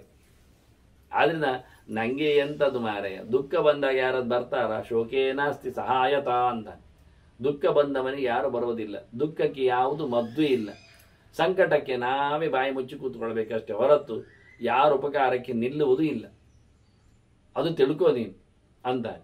ಮತ್ತೆ ಈಗ ಎಂತ ಆಗ್ತದೆ? ತಸ್ಮಾ ಶಕ್ರ ನಶೋಚಾಮಿ, ಅದಕ್ಕೋಸ್ಕರ ನಾನು ಅಳುವುದಿಲ್ಲ. ಆಯ್ತಾ? ಅಳ್ಳಿಕ್ಕಿದ್ದರು, ಸಂಪತ್ತು ಹೋಯ್ತು, ಸ್ಥಾನ ಹೋಯ್ತು, ಜನರಿಲ್ಲ, ಶತ್ರುಗಳು ಸಿಕ್ಕಿ ಹಾಕಿದ್ರು, ಕಟ್ಟಿಯಾಗಿದ್ದಾರೆ, ಎಂತ ಮಾಡಿದ್ರು ನಾನು ಅಳ್ಳಿಕ್ಕೆ ಹೋಗುವುದಿಲ್ಲ. ಸರ್ವಂ ಹೇವೇದಂ ಅಂತವತ್, ಎಲ್ಲಕ್ಕೂ ಒಂದು ಕೊನೆ ಉಂಟಲ್ಲ, ಅದು ಗ್ಯಾರಂಟಿ ಅಂತ. ನೋಡಿ ಎಷ್ಟು ಗಮ್ಮತ್ತುಂಟು. ಎಲ್ಲವೂ ಕೊನೆ ಆಗ್ತದೆ. ದುಃಖಕ್ಕೂ ಕೊನೆ ಇದೆ, ಅಧಿಕಾರಕ್ಕೂ ಕೊನೆ ಇದೆ, ಸಂಪತ್ತಿಗೂ ಕೊನೆ ಇದೆ. ಇದ್ರೂ ಹೋಗ್ತದೆ, ಇಲ್ಲದಿದ್ರೂ ಹೋಗ್ತದೆ. ಇಲ್ಲ ಅಂತ ತಿಳ್ಕೊಳ್ಳುವ, ಏನಾಯ್ತು? ಅಷ್ಟೇ ಅಲ್ವಾ? ಎಲ್ಲವೂ ನಾಶ ಆಗಿರುವಾಗ ನಾನು ಅಳೋದು ಯಾಕೆ? ಅದು ದುಃಖಕ್ಕೂ ಕೊನೆ ಇದೆ ಅಂತ ಮಾತಾಡ್ತೇನೆ ನಾನು. ಅತ್ತರೇ ಸಂಕಟ ಪಟ್ಟರೆ, ಒಳಗೆ ನೋವನ್ನು ಉಂಡರೆ, ಸಂತಾಪಾತ್ ಭ್ರಶ್ಯತೆ ರೂಪಂ, ಮೊದಲು ಮುಸುಡು ಹಾಳಾಗ್ತದೆ. ನಮ್ಮ ಆಕಾರ ವಿಕಾರ ಆಗ್ತದೆ. ಒಳಗೆ ಮನಸ್ಸು ಖೇದ ಇದ್ದರೆ ಒಂಥರ ಕಾಣ್ತಾನೆ. ಹೇಳೋದಿಲ್ಲ ನಾನೇನು ಅಂತ ಹೇಳಿಬಿಡ್ಲೆ, ಹೆಣದಾಗೆ ಕಾಣುತ್ತೆ ಅಷ್ಟೇ. ಅದು ಮೊದಲು ಜಸ್ಸಿರಬೇಕು. ಸಂತಾಪಾತ್ ದೃಶ್ಯತೆ ಶ್ರೇಯ. ಸಂತಾಪ ಪಟ್ಟರೆ ಏನಾಗ್ತದೆ? ಸಂಪತ್ತು ಎಲ್ಲ ಖಾಲಿ ಆಗ್ತದೆ, ರೋಗಕ್ಕೆ ಹೋಗ್ತದೆ ಮದ್ದು. ಮತ್ತೆ ಸಂತಾಪಾತ್ ದೃಶ್ಯತೆ ಚ ಆಯು. ಇದರಿಂದ ಪಕ್ಕ ಸಾಯ್ತಾನವ, ಆಯುಷ್ಯ ಹಾಳಾಗ್ತದೆ. ನಗತಾ ಇರೀರಿ, 10 ವರ್ಷ ಜಾಸ್ತಿ ಬದುಕ್ತೀರಿ. ಮುಸುಂಡು ಸಣ್ಣದು ಮಾತ್ರ ಕೂತ್ಕೊಳ್ಳಿ, ಅದು ಇಲ್ಲ, ಇದು ಕೊಡುವುದಿಲ್ಲ, ಅದು ಬರಲಿಲ್ಲ, ಹಾಗೀಗೆ ಸಂಕಟ ಮಾಡ್ತಿದ್ರೆ ಬೇಗ ಸಾಯ್ತೀರಿ. ಆದ್ರಿಂದ ಧರ್ಮಶ್ಚೈವ ಸುರೇಶ್ವರ, ಧರ್ಮವು ಹಾಳಾಗ್ತದೆ ಸಂತಾಪ ಪಟ್ಟರೆ. ಕೆಲಸ ಮಾಡುವಾಗ ಒಳ್ಳೆ ಕೆಲಸ ಆಗುವುದಿಲ್ಲ, ಜಪದ ಅನುಷ್ಠಾನ ಚೆನ್ನಾಗಿ ಆಗುವುದಿಲ್ಲ. ಆರಾಮಿರಿ, ಫ್ರೀ ಆಗಿರಿ ಅಂತಾರೆ. ವಿನೀಯ ಕಲು ತದ್ ದುಃಖಂ. ಆ ದುಃಖವನ್ನು ಹಿಂಡಿ ಹಿಪ್ಪೆ ಮಾಡಿ ನೆಪ್ಪೆ ಮಾಡಿ ತೆಗೆದು ತುಂಡರಿಸಿ ಬಿಸಾಡಿ ಬಿಟ್ರೆ ಉಂಟಲ್ಲ ಬಂದದ್ದನ್ನು, ಆಗತ ವೈಮನಸ್ಯಜಂ, ಯಾರ್ಯಾರಿಂದಲೂ ಉಂಟಾದ್ದು, ಶತ್ರುಗಳಿಂದ ಆದದ್ದು, ಮನಸ್ಸು ಹಾಳು ಮಾಡುವಂಥದ್ದು, ವೈಮನಸ್ಯದಿಂದ ಬಂದದ್ದು, ಅದೆಲ್ಲ ದುಃಖವನ್ನು ಅಲ್ಲಿಗೆ ಹಿಂಡಿ ಹಿಪ್ಪೆ ಮಾಡಿ ನೆಪ್ಪೆ ಮಾಡಿ ಬಿಸಾಡಿ ಬಿಟ್ರೆ, ಎಳೆದಾಕಿದ್ರೆ ಧ್ಯಾತವ್ಯ ಮನಸ ಹೃದ್ಯಂ ಕಲ್ಯಾಣಂ ಸುವಿಜಾನತ. ಹಾಗಾದರೆ ಮನಸ್ಸಿಗೆ ಏನು ಕೊಡೋದು ಅಂದರೆ ಒಳ್ಳೆಯ ವಿಷಯ ಕೊಡೋದು, ಒಳ್ಳೆದಾಗ್ತದೆ ಹೇಳೋದು, ಮನಸ್ಸಿಗೆ ಹಗುರ ಆಗ್ತದೆ, ಖುಷಿ ಆಗ್ತದೆ. ಹಾಗಾಗಿ ಮನೋಹರವಾದದ್ದನ್ನು ಯೋಚನೆ ಮಾಡ್ತಾ ಕೂತ್ರೆ ಒಳ್ಳೆ ತಿಳಿದವನಿಗೆ ಇದೆ ಅಲ್ವಾ ಮದ್ದು, ಅದೇ ವಿಷಯ. ತಲೆ ಬಿಸಿ ಮಾಡಬೇಡಿ, ಎಲ್ಲರೂ ಹಾಗೆ BP ರೈಸ್ ಆಗ್ತದೆ ಮತ್ತೆ, ಅಥವಾ ತಣ್ಣಗಾಗ್ತದೆ. ನೀವು ಸುಮ್ಮನೆ ಬಿಡಿ, ಮನಸ್ಸಿಂದ ಹೊರಗಾಗಿ ಹೇಳ್ತಾರೆ. ಆಗ ಯಥಾ ಯಥಾ ಹಿ ಪುರುಷ ಕಲ್ಯಾಣೇ ಕುರುತೆ ಮನಃ ತಥೈವಾಸ್ಯ ಪ್ರಸಿದ್ಧಂತಿ ಸರ್ವಾರ್ಥ ನಾತ್ರ ಸಂಶಯ. ಹೇಗೆ ಹೇಗೆ ಮನಸ್ಸಿನಲ್ಲಿ ಒಳ್ಳೆಯ ವಿಷಯವನ್ನು ಮನುಷ್ಯ ಫೀಡ್ ಮಾಡ್ತಾನೆ, ಆಗ ಅವನಿಗೆ ಲೋಕದಲ್ಲಿ ಒಳ್ಳೆಯದಾಗ್ತದೆ, ಪ್ರಸನ್ನನಾಗ್ತಾನೆ. ಮನಸ್ಸು ಪ್ರಸನ್ನನಾದರೆ ಬ್ಲಡ್ ಸೆಲ್ಸ್ಗಳು ಎಲ್ಲ ಆರೋಗ್ಯವಂತವಾಗ್ತವೆ. ಒಳ್ಳೆ ಆರೋಗ್ಯವಂತ ಆದರೆ ಒಳ್ಳೆ ರೀತಿಯಲ್ಲಿ ಊಟ ಮೆಚ್ಚುತ್ತದೆ. ಊಟ ಮೆಚ್ಚಿದರೆ ಲಕ ಲಕ ಅಂತ ಅವನು ಮತ್ತೆ ಬೆಳಿತಾನೆ. ಎಲ್ಲರ ಎದುರಿಗೆ ಎಲ್ಲರೂ ಅವನಿಗೆ ಮಂಡೆ ಮಾರಿ ಇಲ್ಲ ಮಾರಿ ಸಮ ಇದ್ದಾನೆ ಹೇಳಿ ಅವರು ಸಮ ಆಗ್ತಾರೆ. ನೀವೊಂಚೂರು ಅಳುವಾಗಿ ಮಾಡಿದರೆ ಅವರೆಲ್ಲ ಹೌದಾ ಆಯ್ತಾ ಶೇ ಹೇಳಿಕೊಂಡು ಅವರು ಅಳುವುದು ನೋಡಿದರೆ ಇನ್ನಷ್ಟು ಪಾಪ ಹತ್ಕೊಂಡು ಕೂತ್ಕೊಳ್ತಾರೆ. ಅದರಿಂದ ಗಮ್ಮತ್ತಾಗಿರ್ಬೇಕು. ನಾವು ಹೊಂಡಕ್ಕೆ ಬಿದ್ದರೆ ಅವರು ಅದರ ಮೇಲೆ ಚಪ್ಪಡಿ ಹಾಕ್ತಾರೆ, ನಾವು ಮೇಲೆ ಕೂತ್ರೆ ನಮಗೆ ಅವರು ಪೂಜೆ ಮಾಡಲಿಕ್ಕೆ ಬರ್ತಾರೆ. ಇಷ್ಟೇ, ನೀವು ಎಲ್ಲಿದ್ದೀರಿ ನೋಡ್ತಾರೆ ಅವರು. ಹಾಗೆ ನಾವು ಅವರಿಗೆ ನಮ್ಮನ್ನು ತೋರಿಸಿಕೊಡ್ಬೇಕು, ಎಲ್ಲವೂ ಖುಷಿ ಆಗ್ತದೆ ಅಂತ. ಅದಕ್ಕೆ ಹೇಳ್ತಾನೆ. ಇದೆಲ್ಲ ಎಲ್ಲಿಂದ ಬಂತು ಕೇಳಿದ್ರೆ ಅದಕ್ಕೆ ಮದ್ದೆಲ್ಲ ಪ್ರಮಾಣದ್ದೇ ನಮಗೆ. ಏಕಶಾಸ್ತಾನ ದ್ವಿತೀಯೋಸ್ತಿ ಶಾಸ್ತ್ರ ಗರ್ಭೇಶಯಾನಂ ಪುರುಷಂ ಶಾಸ್ತಿ ಶಾಸ್ತ್ರ ಯಥಾನುಶಿಷ್ಟ ಪ್ರವಣಾದಿಬೋಧಕಂ ತಥಾ ನಿಯುಕ್ತೋಸ್ಮಿ ತಥಾ ಭವಾಮಿ. ಇವನು ಹೇಳುವುದು ನನಗೆ ಒಂದೇ ದೇವರು ಮಾರಾಯ ಗುರುತ, ಅವನು ಹೇಳಿದಾಗೆ ಇರುವುದು. ಇಡೀ ಲೋಕಕ್ಕೆ ಅವನೇ ಮಾರ್ಗ. ಹೊಟ್ಟೆಯಲ್ಲಿದ್ದಾಗಲೇ ಗರ್ಭದಲ್ಲಿದ್ದಾಗಲೇ ನೋಡಿಕೊಳ್ಳಿರುವಾಗ ಬ್ರಹ್ಮಾಂಡ ಗರ್ಭದಲ್ಲಿ ಅವನ್ನ ಬಿಟ್ಟಿರ್ತೇವೆ ನಾವು. ನೋಡಿಕೊಳ್ಳುವವರು ದೇವರು ಹೇಗೂ ಹಾಗೆ ನೋಡಿ, ತಗ್ಗಿನಲ್ಲಿ ನೀರು ಹರಿಯುವುದಿಲ್ವಾ ಹಾಗೆ ಮನುಷ್ಯ ದೇವರ ವಿಷಯದಲ್ಲಿ ಆರಾಮವಾಗಿರ್ತಾನೆ. ಭಗವಂತ ಇಟ್ಟ ಹಾಗೆ ಉಂಟು, ಅವನು ಹೇಗೆ ಇರ್ತಾನೆ ಹಾಗೆ ಆಗ್ತಾನೆ. ನನಗೆ ಗೊತ್ತುಂಟು ಭಾವಾಭಾವ ಅವಿಜಾನನ್ ಗರೀಯ. ಇಡೀ ಜಗತ್ತಿನಲ್ಲಿ ಆಗು ಹೋಗುಗಳು ಯಾವುದು ದೊಡ್ಡದು, ಯಾವುದು ಸಣ್ಣದು, ಯಾವುದು ಬೇಡ, ಯಾವುದು ಹೌದು ಎಲ್ಲವೂ ಗೊತ್ತುಂಟು, ತಿಳ್ಕೊಂಡಿದ್ದೇನೆ. ಜಾನಾಮಿ ಶ್ರೇಯ ನತು ತತ್ಕರು. ಒಳ್ಳೇದೇನೊಂದು ಗೊತ್ತಿರ್ತದೆ, ಆದರೆ ನನಗೆ ಮಾಡ್ಲಿಕ್ಕೆ ಆಗ್ತಾನೆ. ಕಲಿಬೇಕು ಅಂತ ಗೊತ್ತಿದೆ, ಮೌನ ಇರಬೇಕು ಗೊತ್ತಿದೆ, ಸತ್ಯ ಹೇಳಬೇಕು ಅಂತ ಗೊತ್ತಿದೆ, ಪ್ರಾಮಾಣಿಕನಾಗಿರೋ ಗೊತ್ತಿದೆ, ಏನು ಗೊತ್ತಿಲ್ಲ, ಹಿಂಸೆ ಮಾಡಬಾರ್ದು ಗೊತ್ತಿದೆ, ಕಳ್ಳತನ ಇಲ್ಲ ಅಂತ ಗೊತ್ತಿದೆ, ಎಲ್ಲ ಗೊತ್ತಿದೆ ಮಾರಾಯ. ಮತ್ತೆ ಆಗುದಿಲ್ಲ. ಯಾಕೆಂದ್ರೆ ಆಶಾ ಸುಶರ್ಮ್ಯ ಸೂರದಾಂ ಸುಗರ್ವನ್. ನನಗೆ ಚೂರಿ ಇಷ್ಟ ಆದದ್ದನ್ನು ಮಾಡಬೇಕು ಅಂತ ಆಸೆ, ಕೆಲವು ಗಮ್ಮತ್ತು ಮಾಡುವಂತ ಅನಿಸು. ಯಾರು ಬೆಳಿಗ್ಗೆ ಬೇಗ ಎದ್ದು ಮಾರಾಯ ಸಂಕಟ ಪಡ್ತಾರೆ, ಒಂದು ಸ್ವಲ್ಪ ನಿದ್ದೆ ಮಾಡುವ ಅಂತ ಆಗ್ತದೆ. ಮತ್ತೆ ಯಾರಪ್ಪ ಮಾಡಿ ತಿನ್ನುವುದು, ಮಾಡಿ ತಿನ್ನುವಾಗ 4 ಗೋಳಿ ಬಜ್ಜಿ ಮಾಡಲಿಕ್ಕೆ 4 ಗಂಟೆ ಬೇಕಾಗ್ತದೆ. ಅದೇ ಅಂಗಡಿಗೆ ಹೋಗಿದೆ ಅಂದ್ರೆ 4 ನಿಮಿಷದಲ್ಲಿ ಮುಗಿದೋಗ್ತದೆ. ಇದರಲ್ಲಿ ಯಾರದ್ದು ಮಾಡಿದ್ರು ತಿನ್ನುವ ನಮಗೇನಂತ. ಅವ್ರು ಯಾಕೆ ಕೊಟ್ಟರು ಕಮ್ಮಿಯಲ್ಲಿ, ಅದರಿಂದ ನಾಯಿ ಮುಟ್ಟಿದೆ ಅಂತ ಕೊಟ್ಟಿದ್ದಾರೆ. ಮೊನ್ನೆ ಹಾಗೆ ಆಯ್ತು, ಅದು ಹಾಳಾಗಿದೆ ಅಂತ ಹೇಳಿ ಅವನ ಮನೆದು ನಾಯಿ ಬಂದದ್ದು ಒಂದು ಪ್ರೋಗ್ರಾಮಿಗೆ. ಅವ್ರು ಬಂದಿದ್ದಾರೆ, ಅವ್ರು ಗೆಸ್ಟ್ ಅಂದ್ರೆ ಫ್ರೆಂಡ್ಸ್. ಬರುವಾಗ ನಾಯಿ ಬಂದಿದೆ. ಅಲ್ಲಿ ಮಾಡಿಟ್ಟದೊಂದಿಷ್ಟು ರಾಶಿ ಚಿತ್ರಾನೋ ಮತ್ತೊಂದು ಏನೋ ಅದಕ್ಕೆ ಬಾಯಿ ಹಾಕಿದೆ. ಚಿತ್ರಾನ್ನ ಅಲ್ಲ ಇದಂತೂ, ಅದೇ ಅಂತ ಹೇಳ್ತಾನೆ, ದಪ್ಪ ಚಪಾತಿ ಪರೋಟ ಏನೇ ಅದಕ್ಕೆ ಬಾಯಿ ಹಾಕಿದೆ. ಅವ್ರು ಮಾಡಿದ್ದು ಗೊತ್ತಾಯ್ತು, ಯಾರು ನೋಡಿದ್ರು ಕೂಡಲೇ ಅದನ್ನು ಪಾತ್ರೆಯನ್ನು ತೆಗೆದು ಅವನು ಮೇಜಿನ ಅಡಿಯಲ್ಲಿ ಇಟ್ಬಿಟ್ಟ. ಯಜಮಾನ ನೋಡಿ ಅದು ಇನ್ನು ಎಂಥದ್ದು ಆಗ್ತದೆ, CCTV ಎಲ್ಲ ಇರ್ತದೆ, ಯಾರು ನೋಡಿರ್ತಾರೆ, ಮಡಿವಂತರು ಸತ್ತೋದ್ರೆ ಮತ್ತೆ ಹೇಳಿ ನಾಯಿ ತಿಂದದ್ದು ಹೇಳಿ ಎಳೆದಾಕಿದ್ದೇಳಿ ಬದಿಯಲ್ಲಿ ಇಟ್ಟ. ಮತ್ತೆ ಮುಗಿದಿದ್ದು, ವಿಷಯ ಹೋಯ್ತು, ಕಂಪ್ಲೀಟ್ ಕ್ಲೋಸ್, ಚಾಪ್ಟರ್ ಇಲ್ಲ. ಮತ್ತೇನಾಯ್ತು ಕೇಳಿದ್ರೆ ಅಲ್ಲಿ ಯಾರು ಹೇಳಿದ್ರಿ ಇವತ್ತು ಪರೋಟ ಮಾಡಿದ್ರಲ್ಲ ಮಾರಿ, ಎಲ್ಲಿ ಹೋಯ್ತು ಏನಾಯ್ತು? ಅದು ಯಾರಾವತ್ತಾಗ ಮೇಜಿನ ಅಡಿಯಲ್ಲಿ ತೆಗೆದಿಟ್ಟದ್ದುಂಟಂತ ಯಾರೋ ಹೇಳಿದಾಗ ಆಯ್ತು. ಒಂದು 4 ಫ್ರೆಂಡುಗಳು ಹೋಗಿ ಇದ್ದ ಪರೋಟ ಎಲ್ಲ ಖಾಲಿ ಮಾಡಿದ್ದಾರೆ ಪರಾತತ್ತು ಗಮ್ಮತ್ನಾಗಿ. ಮತ್ತೆ ಸುದ್ದಿ ಎಲ್ಲ ಮುಗಿದು ಸಂಜೆ ಆದ ನಂತರ ಹೀಗೊಂದು ವಿಷಯಗಳೆಲ್ಲ ಪ್ರಸ್ತಾಪ ಆದವಲ್ಲಿ ಕೂಟದಲ್ಲಿ. ಬೆಳಿಗ್ಗೆ ಒಬ್ಬ ಬಂದ, ಅವ ಬರುವಾಗ ನಾಯಿ ಬಂತು ಮಾರೆ, ಪರೋಟ ಮುಟ್ಟಿದ್ದು, ಅದನ್ನೆಲ್ಲ ನಾನು ಮೇಜದಲ್ಲಿ ಅಡಿಗೆ ಗಿಚ್ಚಿಟ್ಟಿದ್ದೇನೆ, ಅದನ್ನೆಲ್ಲ ಈಗ ಬಿಸಾಡಿ ಬನ್ನಿ, ಹೋಗಿ ಕರ್ಕೊಂಡು ಹೋಗಿ ಹೇಳ್ತೇನೆ. ಅಲ್ಲಿ ಹೋದ್ರೆ ಪರಾದ ಖಾಲಿ ಎಂತಾಯ್ತು, ಏನಾಯ್ತು? ಮತ್ತೆ ಈ ಫ್ರೆಂಡ್ಸ್ ಎಲ್ಲ ಹೇಳಿದ್ರು, ನಾವೆಲ್ಲ ಖಾಲಿ ಆಗಿದ್ದಾನೆ, ಸಾಮ ತಿಂದಾಗಿದ್ದೇವೆ. ಅಯ್ಯೋ ಪ್ರೇತಗಳೇ, ಅದು ನಾಯಿ ತಿಂದಾಗಿದ್ದು ಮಾರೆ ಹೇಳ್ತಾನೆ. ಮತ್ತೆ ನೋಡಿ ನಡೆದ ಘಟನೆಗಳಿವೆಲ್ಲ ಮನುಷ್ಯನ ಅವಸ್ಥೆಗಳು. ಆದ್ರಿಂದ ಮನುಷ್ಯ ಗೊತ್ತಿದ್ರು ಸಹ ಆ ತೀಟೆಗೆ ಬಲಿಯಾಗ್ತಾನೆ. ಅದು ಫ್ರೆಂಡ್ಸ್ಗಳಂದಾಗ ಸೇರ್ತಾನೆ, ದುಷ್ಟತೆಯಲ್ಲಿ ಹೋಗ್ತಾನೆ. ಅದು ನನಗೆ ಗೊತ್ತುಂಟು, ಅದು ನಾನಿಲ್ಲ. ಯಥಾ ನಿಯುಕ್ತೋಸ್ಮಿ ತಥಾ ವಹಾಮಿ. ದೇವರು ಏನು ಮಾಡ್ತಾನೆ, ಬುದ್ಧಿ ಕೊಡ್ತಾನೆ. ಹಾಳಿಗೆ ಕೊಟ್ರೆ ಅಲ್ಲೇ ಹೋಗ್ತೇನೆ, ಇಲ್ಲಿಗೆ ಬಂದ್ರೆ ಇಲ್ಲಿ ಇರ್ತೇನೆ. ನನ್ನ ಕತೆ ಹಾಗೆ. ಯಥಾ ಯಥಾಸ್ಯ ಪ್ರಾಪ್ತವ್ಯಂ ಪ್ರಾಪ್ನೋತ್ಯೇವ ತಥಾ ತಥಾ. ಯಾರಿಗೆ ಏನು ಸಿಗಲಿಕ್ಕುಂಟದು ಖಂಡಿತವಾಗಿ ಸಿಗ್ತದೆ. ಪೆಟ್ಟಾದ್ರೆ ಪೆಟ್ಟು, ಒಳ್ಳೆದಾದ್ರೆ ಒಳ್ಳೆದು, ದುಃಖ ಆದ್ರೆ ದುಃಖ, ಸುಖ ಆದ್ರೆ ಅನುಕೂಲ, ಜ್ಞಾನ ಆದ್ರೆ ಜ್ಞಾನ, ಪೆದಮ್ ಆದ್ರೆ ಪೆದಮ್. ಎಂತ ಬರ್ಲಿಕ್ಕುಂಟು ಅದು ಬರ್ತದೆ. ಭವಿತವ್ಯಂ ಯಥಾ ಯಚ್ಚ ಭವತ್ಯೇವ ತಥಾ ತಥಾ. ಆಗುವುದಾಗಿಯೇ ಆಗ್ತದೆ. ಆಗುವುದನ್ನು ನಿಲ್ಲಿಸಲಿಕ್ಕೆ ಆಗುವುದಿಲ್ಲ. ಯಾಕೆಂದ್ರೆ ಸಂಕಲ್ಪ ಭಗವಂತನ ತೋರ್ತು ನಮ್ಮದಲ್ಲ. ನಮ್ಮ ಸಂಕಲ್ಪ ಭಗವತ್ ಸಂಕಲ್ಪ ಒಂದಾಗಬೇಕಾದ್ರೆ ನಾವು ಭಗವಂತನಲ್ಲಿ ಅಷ್ಟು ಮಾತಾಡಬೇಕು. ಯತ್ರ ಯತ್ರೈವ ಸಂಯುಕ್ತ ಧಾತ್ರ ಗರ್ಭೆ ಪುನಃ ಪುನಃ ತತ್ತರೇವ ವಸತಿ ನಯತ್ರ ಸ್ವಯಮಿಚ್ಛತಿ. ದೇವರು ಯಾವ ಹೊಟ್ಟೆಯಲ್ಲಿ ಹಾಕ್ತಾನೋ ಅಲ್ಲೇ ಬರಬೇಕು ಹೊರತು ತಪ್ಪಿಸ್ಲಿಕ್ಕೆ ಆಗುವುದೇ ಇಲ್ಲ. ನಮ್ಮನ್ನು ಸೊಳ್ಳೆಯಾಗಿ ಬಾ ಅಂದ್ರೆ ಬರಲೇಬೇಕು, ನಾಯಿಯಾಗಿ ಹೋಗು ಅಂದ್ರೆ ಆಗಲೇಬೇಕು, ಗಿಡ ಆಗಿರ್ಲಿ ಅಂದ್ರೆ ಇರಲೇಬೇಕು, ಮನುಷ್ಯನಾಗಿ ಬಾ ಅಂದ್ರೆ ಬರಲೇಬೇಕು. ಯಾವ ಎಲ್ಲಿ ದೇವರು ಹೇಗೆ ಹಾಕ್ತಾನೋ ಹೊಟ್ಟೆಯಲ್ಲಿ ಹಾಗೆ ಬರಲಿಕ್ಕೆ ಹೊರತು ನಮಗಾಗಿ ಹೊಟ್ಟೆ ಹುಡುಕುವ ಕೆಲಸ ಇಲ್ಲ ಅಂದವ. ನಾವು ಹೊಟ್ಟೆಯನ್ನು ಹುಡುಕಿ ಬಂದದ್ದೆಲ್ಲ ದೇವರು ನಮಗೆ ಸ್ವಾತಂತ್ರ್ಯ ಕೊಡ್ಲಿಲ್ಲ. ಇದು ನಾವು ಹೇಳುವ ಮಾತು. ಭಾವೋ ಯೋ ಯಮನ ಪ್ರಾಪ್ತ ಭವಿತವ್ಯಮಿದಂ ಮಮ.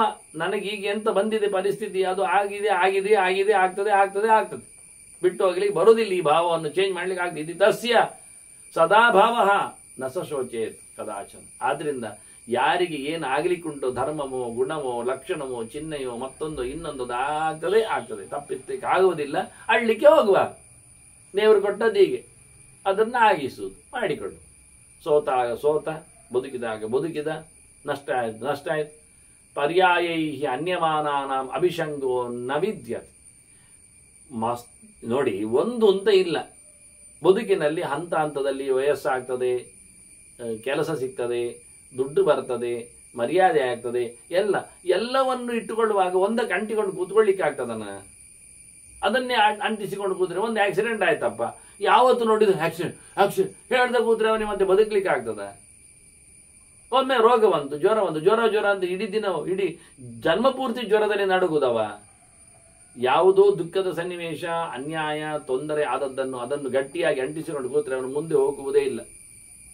ದುಃಖವೇ ತತ್ತು, ಅವನಿಗೆ ಬಂದಿರತಕ್ಕ ದುಃಖ ಅವನನ್ನು ಮತ್ತೆ ಯಾವತ್ತೂ ಅವನನ್ನು ಹಂಗಿಸ್ತದೆ. ಆದ್ರಿಂದ ಆ ದುಃಖವನ್ನು ಯಾರು ದ್ವೇಷ ಮಾಡ್ತಾನೆ, ದ್ವೇಷ್ಟ ಕರ್ತ ಅಹಮಿತಿ ಮನ್ಯತೆ. ನೀವು ಬಂದಿರುವುದನ್ನು ದೂರಗೊಳಿಸಿದ್ರೆ ನೀವು ಬದುಕ್ತೀರಿ. ಅಯ್ಯೋ ಅದಕ್ಕೆ ದುಃಖಕ್ಕೆ ನಾನೇ ಕಾರಣ ಅಂತ ಅಲಬದ ಕೂತ್ರೆ ನೀವು ಜನ್ಮ ಜಾತಿಯಲ್ಲಿ ಮೇಲೆ ಬರುವುದಿಲ್ಲ, ಸಾಯ್ತೀರಿ.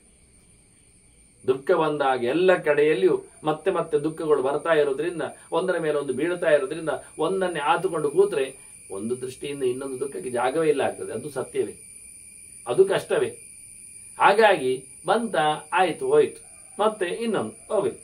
ಯಾವುದನ್ನು ಹಚ್ಚಿಕೊಳ್ಳದೆ ಇದ್ರೆ, ಮೆಚ್ಚಿಕೊಳ್ಳದೆ ಇದ್ರೆ ಆರಾಮವಾಗಿ ಬದುಕಲಿಕ್ಕೆ ಆಗ್ತದೆ ಎನ್ನುವುದು. ಅದರಲ್ಲೂ ವಿಶೇಷವಾಗಿ ನೋವನ್ನು, ಸಂಕಟವನ್ನು, ತೊಂದರೆಯನ್ನು, ಅಪಚಾರವನ್ನು, ಅದನ್ನೇ ಆಗಿ ಹೋಯ್ತು ಅಂತ ಆರಾಮವಾಗಿದ್ದವ ಆರಾಮವಾಗಿ ಬದುಕ್ತಾನೆ ಅಂತ ಬಹಳ ಸುಂದರವಾಗಿ ನಮುಚಿ ಇನ್ನು ಕೆಲವು ಮಾತುಗಳು ಹೇಳುತ್ತಾನೆ. ಅದನ್ನು ಮತ್ತೆ ಬಹಳ ಅದ್ದೂರಿಯಾದ ವೇದಾಂತ ವಾಸ್ತವವಾಗಿ. ಅಂದರೆ ಮನುಷ್ಯ ತನ್ನ ಶ್ರೇಯಸ್ಸನ್ನು ತಾನು ಹೇಗೆ ನಿಷ್ಕಲ್ಮಶವಾದ ಭಾವದಲ್ಲಿ ಮಾಡಲಿಕ್ಕೆ ಬರ್ತದೆ ಎನ್ನತಕ್ಕ ಕೆಲವು ಆಯಾಮಗಳನ್ನು ಮುಂದೆ ಕೇಳುವ ವಂದನೆಗಳೊಂದಿಗೆ ಶ್ರೀಕೃಷ್ಣಾರ್ಪಣ. ನಾರಾಯಣ ನಾರಾಯಣ.